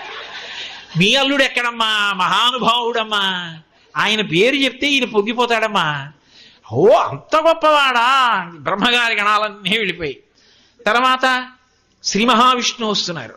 ఆయన అందచందాలు, లక్ష్మీదేవి, ఆయన వెనక ఉండేటటువంటి గణాలు ఎవరికి చెప్పతరం. ఆ శంఖం, చక్రం, ఆ శోభ, ఆ గరుత్మంతుడు, ఆ వేదనాదం. ఓహో మహానుభావుడు బయలుదేరి వెళ్తున్నాడు. ఆయనేనా? అమ్మ నిజంగా చెప్పాలంటే ఆయనకి మీ అల్లుడికి అభేదం, ఇద్దరికీ భేదం లేదు. కానీ ప్రస్తుత మాత్రం మీ అల్లుడు కాడు. ఇంతకన్నా మీ అల్లుడు అందంగా ఉంటాడు. ఈయన తపస్సు చేసి మీ అల్లుడి శరీరంలో సగభాగం పొందాడు. అబ్బా అంత అందంగా ఉంటాడా మా అల్లుడు అని. 11 అయింది. గుక్కెడు మజ్జిగ తాకుండా అలాగే నిచ్చింది. అల్లుడు వచ్చేస్తాడేమో అని పాపం. 12 అయింది. 1 గంట అయింది. నవగ్రహాలు వచ్చారు, యక్షులు వచ్చారు, గంధర్వులు వచ్చారు, కిన్నెరులు వచ్చారు, కింపురుషులు వచ్చారు. కాళ్ళు లాగి అక్కడే కుర్చీ వేసుకుని ఏదో పిలిచి గుక్కెడు మజ్జిగ తాగి పాపం అలా కూర్చుంది. అల్లుడు వెళ్ళిపోతాడేమో అని. ప్రదోష వేళ అయింది. ఇంకా సూర్య ఇంకా రాడేటా బాబు, తెల్లవారకట మొదలైంది. ఇంతమంది వచ్చారు, కాఫీలు భోజనాలు చూస్తున్నారు, కానీ మా అల్లుడు ఏడంది. నారదుడు అమ్మా ఆవిడ అడగలేదు ఈయన మా అల్లుడా అని. ఒక ఆయన ఎడుతున్నాడు మధ్యలో. ఆ భూతగణాలు, పిశాచగణాలు, ప్రమదగణాలు వెడుతుంటే మధ్యలో దిగంబరంగా ఉండి డమరకం పట్టుకుని ఎగిరిగిరి నాట్యం చేస్తూ వెడుతున్నాడు. ఈవిడ చూసి ఇలా తల తిప్పుకుంది. అడగలేదు ఈయనేనా మా అల్లుడని. నారదుడు అన్నాడు మా ఆయనే మీ అల్లుడని తిప్పాడు. ఆ చూసిన ఆవిడ చూసినట్టు హడిలిపోయింది. నేను నిజం చెప్తున్నాను, నేను ఏదో గుర్తినే చెప్తున్నానని మీరు అనుకుంటున్నారు. కానీ ఈ శివమహాపురాణంలో నేను చాలా సంక్షిప్తం చేసి చెప్తున్నాను, సమయాన్ని దృష్టిలో పెట్టుకుని. హడిలిపోయి కిందకి దిగిపోయి తిన్నగా పెళ్లి కూతుర్ని చేస్తున్న పార్వతీదేవి గదికి వెళ్ళి కంఠం పట్టుకుంది. వీడిని పెళ్లి చేసుకోవడానికి తపస్సా, పీక పిసికేసి నిన్ను చంపేస్తాను, నేను చచ్చిపోతాను, వాడు అల్లుడేమిటి అని. అమ్మా నీకు తెలియదమ్మా, ఆయన మహానుభావుడమ్మా, నా మాట వినమ్మా అంటుంది పార్వతీదేవి. మీ నాన్న సంగతి చెప్తాను. అసలు ఆయన అనాలి బియ్యం అంటాడు, విస్తరాకులు అంటాడు, అల్లుడు ఎవరో చూడలేదు ఇప్పటికైనా. ఆయన దగ్గరికి వెళ్ళి హిమవంతుణ్ణి పట్టుకుంటే అసలు సంగతి ఏమిటో అడుగుతానుండి. వచ్చిన వాళ్ళు సప్తర్షులు, అరుంధతి కదా, మనకి పెళ్లి మాటలకు వచ్చిందని వాళ్ళని పిలిచాడు. అరుంధతీవి చెప్పింది కాదమ్మా, నా మాట విను. నీ అల్లుడు సర్వలోక భర్త. ఆయన మీ మనసులు పాడవడానికి ఇలా చేశాడు, దానికి ఒక కారణం ఉంది. కానీ మీ అల్లుడి రూపం అది కాదు. అప్రాకృత శరీరం తం అతిమన్మథ రూపిణం ఘృతరీతి ఘనీభూతం సచ్చిదానంద విగ్రహం మహానుభావుడమ్మా. కోటి సూర్య ప్రతేకాశం సర్వావయవ సౌందరం విచిత్రవసనం చాధ నానాభూషణ భూషితం. ఇప్పుడు చూడండి మీ అల్లుండని చూపించాడు నారదుడు సప్తర్షులు. కోటి సూర్య ప్రతీకాశం, కోటి సూర్యులు వెలిగిపోతుంటే ఎలా ఉన్నారో అటువంటి రూపంతో ఉన్నాడు. సర్వావయవ సుందరం, ఇలా చేతి గోటి వంక చూస్తే ఇంకా కళ్ళు తిప్పుకోలేరు, అంతటి సౌందర్య రాశి ఆపాదమస్తకం. కోటి సూర్య ప్రతీకాశం సర్వావయవ సుందరం విచిత్రవసనం చాథ, ఎవ్వరూ కట్టుకోనటువంటి అద్భుతమైనటువంటి పట్టుబట్ట కట్టుకున్నాడు. విచిత్రవసనం చాథ నానాభూషణ భూషితం, అద్భుతమైనటువంటి భూషణములన్నీ ధరించి కిరీటం పెట్టుకుని మిసమిసలాడిపోతున్నాడు. కన్ను తిప్పుకోలేకపోయింది మేనకాదేవి. అబ్బా ఏమి సౌందర్యం! సమస్త గణములు అలా నిలబడిపోయి శంభో శంకరాట్ అలా ఉన్నాడు చూడ్డానికి. పైగా సుప్రసన్నం సులావణ్యం సుహాసంచ మనోహరం గౌరాభం యుతి సంయుక్తం చంద్రరేఖా విభూషితం. ఆయన్ని చూస్తే సుప్రసన్నం, మహాప్రసన్నుడై ఉన్నాడు. సులావణ్యం, ఏమి లావణ్యం! అది శరీరము యొక్క కాంతి కాలమునందు పడిపోయేది కాదు, అంత అద్భుతమైన కాంతితో ఉన్నాడు. సుప్రసన్నం సులావణ్యం సుహాసంచ మనోహరం, చిన్న నవ్వు నవ్వుతున్నాడు, కనపడకుండా పళ్ళు. మనోహరమైనటువంటి రూపంతో ఉన్నాడు. సుహాసంచ మనోహరం గౌరాభం, తెలుపు పసుపు కలిసినటువంటి రంగులో వెలిగిపోతున్నాడు. గౌరాభం ద్యుతి సంయుక్తం, కాంతులింతున్నాడు. ద్యుతి సంయుక్తం చంద్రరేఖా విభూషితం, తదియనాటి చంద్రరేఖ కిరీటం మీద ప్రకాశిస్తోంది. ఈ కాంతులకు ఆ కాంతి తోడయింది. ఇది చాలదన్నట్టు సూర్యేణ చిత్రితం మూర్ధ్ని, సూర్యుడు పైన గొడుగై ఉన్నాడు, తెల్లటి గొడుగై. సూర్యేణ చిత్రితం మూర్ధ్ని చంద్రదండ విరాజితం, చంద్రుడు దండమై ఉన్నాడు. గంగా చ యమునా చైవా విధర్తు స్మనుచామరే, గంగా యమున రెండూ కూడా స్త్రీ రూపాలు ధరించి పక్కన ఆయనకి చామరం వేస్తున్నాయి. చామరం వేస్తుండగా నడిచి వస్తున్నాడు. చూశారు మేనకా హిమవంతులు. నారదుడిని పిలిచి, మరి ఇందాక ఎవరినో చూపించావు? అమ్మా ఆయన, మరి అదే భయం, రేపు పండక్కి వస్తే ఇలాగే ఎప్పుడు ఉంటాడా? మరి అలా ఎందుకు కనపడ్డాడు అసలు? అమ్మా నన్ను ఏం చెప్పంటావు? అలాగా ఉంటాడు, ఇలా, అదిగో అదే మనకు భయం. ఇలాగా ఉంటే అప్పుడప్పుడు అలా కనపడితే ఎలా అంటే, అమ్మా అది ఒక కారణానికి కనపడ్డాడు, ఆయనకి తెలియదు అమ్మా. అస్తమానం అలా ఎందుకు కనపడతాడు? కనపడ్డలాగా. ఆయన దిగంబరుడు అన్న మాటకు అర్థం దిక్కులు అంబరములు అంతటా నిండిపోయి ఉన్నటువంటి స్వరూపం అది. దాని తత్వం వేరు. ఒక కారణానికి కనపడ్డాడు. ఏమిటి అసలు కారణం? మేనకాదేవికి మనసులో అపనమ్మకం ఉండిపోవాలి. ఇలాగే ఉంటాడా, యోగ్యమైన వాడికి ఇస్తున్నామా పిల్లని అన్న భయం ఒకటి ఉండిపోవాలి. ఇంత చూసినా హిమవంతుడికి అదే భయం ఉండిపోవాలి. కన్యాదాన సమయంలో ఉండిపోతే హిమవత్ పర్వతం ఉండిపోతుంది, దేవతల కోరిక తీరుతుంది. అందుకు చేశాడు అది. ఎవరు చేస్తారు? మహాత్యాగి. పార్వతీ కళ్యాణం అంటే శంకరుడి యొక్క శీల వైభవం. లోకములకు తండ్రిగా అందరినీ రక్షించడానికి ఆయన చేసేటటువంటి విశేషాలు అలా ఉంటాయి. అందుకని అది చెప్పరు. అమ్మా ఒకప్పుడు కనపడ్డాడు, కానీ అది కాదు, ఆయన యథార్థ స్వరూపం మహాద్భుతం. ఇదిగో ఇప్పుడు నీకు కనపడ్డారే, అది అసలు రూపమై భక్తుల్ని సంతోషపెట్టడానికి ఒకప్పుడు ఏనుగు చర్మం కట్టుకుంటాడు, ఒకప్పుడు జింక చర్మం కట్టుకుంటాడు. అవన్నీ వేరు. ఆయన తత్వావిష్కరణ కోసం వచ్చేవి. ఆయన యథార్థ స్వరూపం ఇది. అందుకే ఆయన రూపాన్ని చూసిన వాళ్ళు ఆయన శరీరంలో అర్ధభాగాలు కోరుతూ ఉంటారు. అంతటి అందగాడమ్మా అన్నారు. చాలా సంతోషించింది. సరే అయితే పార్వతీ కళ్యాణం చేస్తాం ఒప్పుకున్నారు. అందరూ ఇంతమంది వచ్చారు కదూ, ఇంతమంది వచ్చి పార్వతీ కళ్యాణం మొదలు పెడుతున్నారు. మొదలు పెడుతుండగా శ్రీ మహావిష్ణువు పరుగునొచ్చారు. పరుగునొచ్చి శంకర కంకణోరగపతి కామధ్వంసక, పెద్ద ఉపద్రవం వచ్చిందన్నారు. ఏమిటన్నారు? పర్వతాలు వచ్చేశాయి, నదులు వచ్చేశాయి, సముద్రాలు వచ్చేశాయి, జలచరాలు వచ్చేశాయి, భక్తులు వచ్చేశారు, మనుష్యులు వచ్చేశారు, దేవతలు, యక్షలు, గంధర్వులు, కిన్నెరుడు, కింపురుషులు, బ్రహ్మగారు, నేను, అదిగో ఋషిగణాలు, ప్రమదగణాలు, అన్ని గణాలు హిమవత్ పర్వతం మీదకి వచ్చేసాయి. స్వామి ఈ భూమి యొక్క బరువుని ఓర్చలేక ఒక పక్కకి ఒరిగింది భూగోళం. ఎలా ఇప్పుడు దీన్ని దిద్దడం? మీరే రక్షించాలి అన్నారు. వెంటనే అగస్త్య మహర్షిని పిలవండి. అందరొకెత్తు, ఆయన ఒక్కడొకెత్తు అన్నారు. అగస్త్య మహర్షి వచ్చారు. నువ్వు నా కళ్యాణం ఎక్కడున్నా కనపడుతుంది, వరం ఇస్తున్నాను, నువ్వు దక్షిణ దిక్కుకి వెళ్ళన్నారు. అప్పుడు ఆయన దక్షిణ దిక్కుకు వస్తే సమంగా నిలబడింది భూగోళం. అప్పుడు పార్వతీ కళ్యాణం జరిగింది. చతుర్ముఖ బ్రహ్మగారు స్వయంగా ప్రధాన పౌరోహిత్య స్థానంలో కూర్చున్నాడు. కూర్చుని కళ్యాణం చేయిస్తున్నాడు. ఈ కళ్యాణం చేయిస్తుండగా ఒక చమత్కారం జరిగింది. ఆడపిల్ల గౌరీ తపస్సు చేస్తూ ఉండగా, రేపు చూద్దరు కానీ మీరు కళ్యాణంలో ఈ విశేషం అంతాను. ఆడపిల్ల గౌరీ పూజ చేస్తూ ఉంటుంది. ఎందుకు చేస్తూ ఉంటుంది అంటే, ఆడపిల్ల పూజ చేస్తూ ఉండగా మామగారు పంపిన మనుష్యులు వస్తారు. వచ్చి ఈ పిల్లని మా అబ్బాయికి చేసుకుందాం అనుకుంటున్నాం అని వాళ్ళు వెతుక్కుంటూ వస్తారు. ఆడపిల్లవారు వెతుక్కోరు, మగపిల్లాడి వాళ్ళు వెతుక్కుంటారు. వెతుక్కుని వచ్చేటప్పటికి ఆ పిల్ల గౌరీ పూజ చేస్తూ ఉంటుంది. చేస్తున్నప్పుడు వాళ్ళ ప్రవర చెప్పి అడుగుతారు, మా ప్రవర ఇది, మీరు కన్యాదానం చేస్తారా అని అడుగుతారు.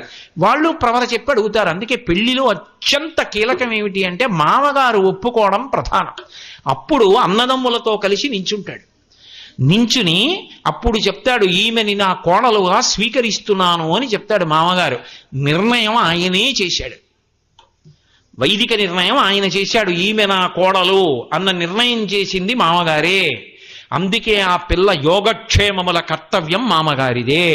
ఆ పిల్ల కంట నీరు పడకుండా చూసుకోవలసినటువంటి కర్తవ్యం మామగారి మీద ఉంటుంది. అందుకే ఆడపిల్ల ఏడిచేది ఎప్పుడు అంటే మామగారు వెళ్ళిపోతే. అటువంటి వ్యక్తి నాకు మళ్ళీ ఎక్కడొస్తాడు అని. తండ్రి కన్నా కూడా అంత ప్రేమతో ప్రవర్తిస్తాట మామగారు. కాబట్టి ఇప్పుడు పార్వతీదేవి వైపుకి ప్రవర ఉంది. ఎందుకంటే అక్కడ హిమవంతుడు ఉన్నాడు. మాది ఈ ప్రవరండి అంటాడు. మా నాన్నగారి పేరు ఇదండి, మా తాతగారి పేరు ఇదండి, ఏదో మా ముత్తాతగారి పేరు ఇదండి, ముత్తాతగారి నుంచి చెప్పాలి ప్రవర. చెప్తాడు. మరి శంకరుడి వైపు చెప్పడానికి ఎవరిని అడగాలి? తీరా పెళ్లి మొదలైంది. బ్రహ్మగారు అన్నాడు, నేను పెద్దవాణ్ణి, సృష్టికర్తని, పౌరోహిత్యానికి ఏదో కూర్చున్నాను చేయిస్తానని. కానీ ఏమో నాకు తెలియదు శంకరుడి ప్రవర. ఎవరి నప్త్రేం చెప్పను, ఎవరి మునిమావడం చెప్పను, నాకు తెలియదు. మరి పెళ్లి కుదుర్చుకున్నవాడు నువ్వు అడగలేదా అన్నాడు హిమవంతుడిని. పైగా అంటే ఏమో నేను ఆయన వైభవం గురించి సప్తర్షులు చెప్తే విని ఒప్పుకున్నాను తప్ప నాకు తెలియదు ఆయన ప్రవర ఏమిటో. మరి ప్రవర చెప్పాలి కదా పెళ్లిలో అని సప్తర్షుల్ని పిలిచి అడిగారు. మీరు కదా పెళ్లి కుదిరిచ్చారు, ఆయన ప్రవర ఏమిటి అని అడిగారు. ఏమో మాకోడు తెలిసి ఏమిటి, ఆయన తెలుసు కానీ ఆయన తండ్రి తెలుసా, ఆయన తాత తెలుసా, ఆయన ముత్తాత తెలుసా, ఆద్యంతముల యందు ఉండేవాడు ఆయన, ఆయనకి ప్రవర ఏం చెప్పమో మాకు తెలియదు అన్నారు. పెళ్లి అయిపోయింది. మరి ప్రవర చెప్పకుండా పెళ్ళి ఎలా మళ్ళీ అయిపోయింది పార్వతీ కళ్యాణం. ఆగిపోతే ఎలా అంటే నారదుడు మురిసిపోయి తల ఊపి వినవాయించుకుంటున్నాడు.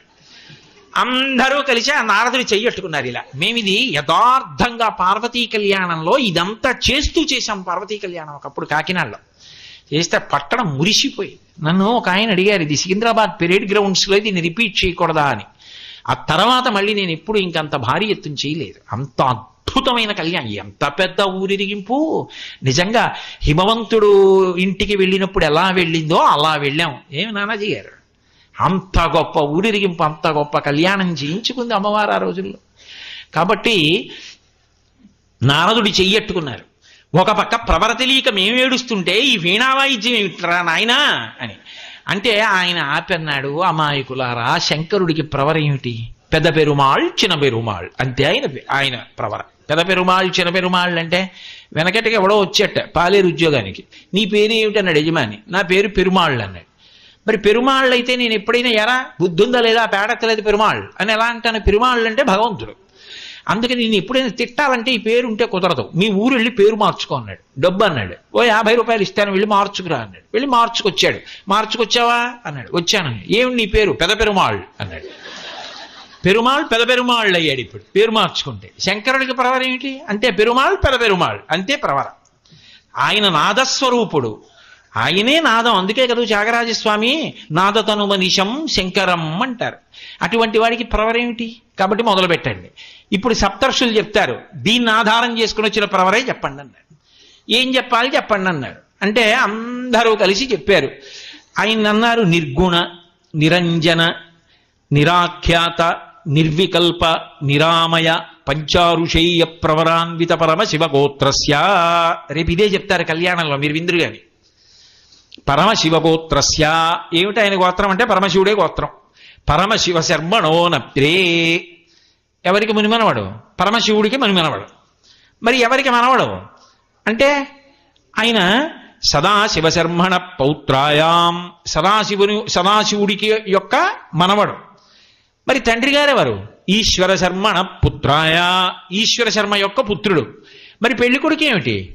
అంటే అఖిలాండ కోటి బ్రహ్మాండనాయకాయ ఆది మధ్యాంతరహితాయ వేద వేదాంత వేద్యాయ కైలాసపర నివాసాయ విశ్వేశ్వర శర్మణే వరాయ.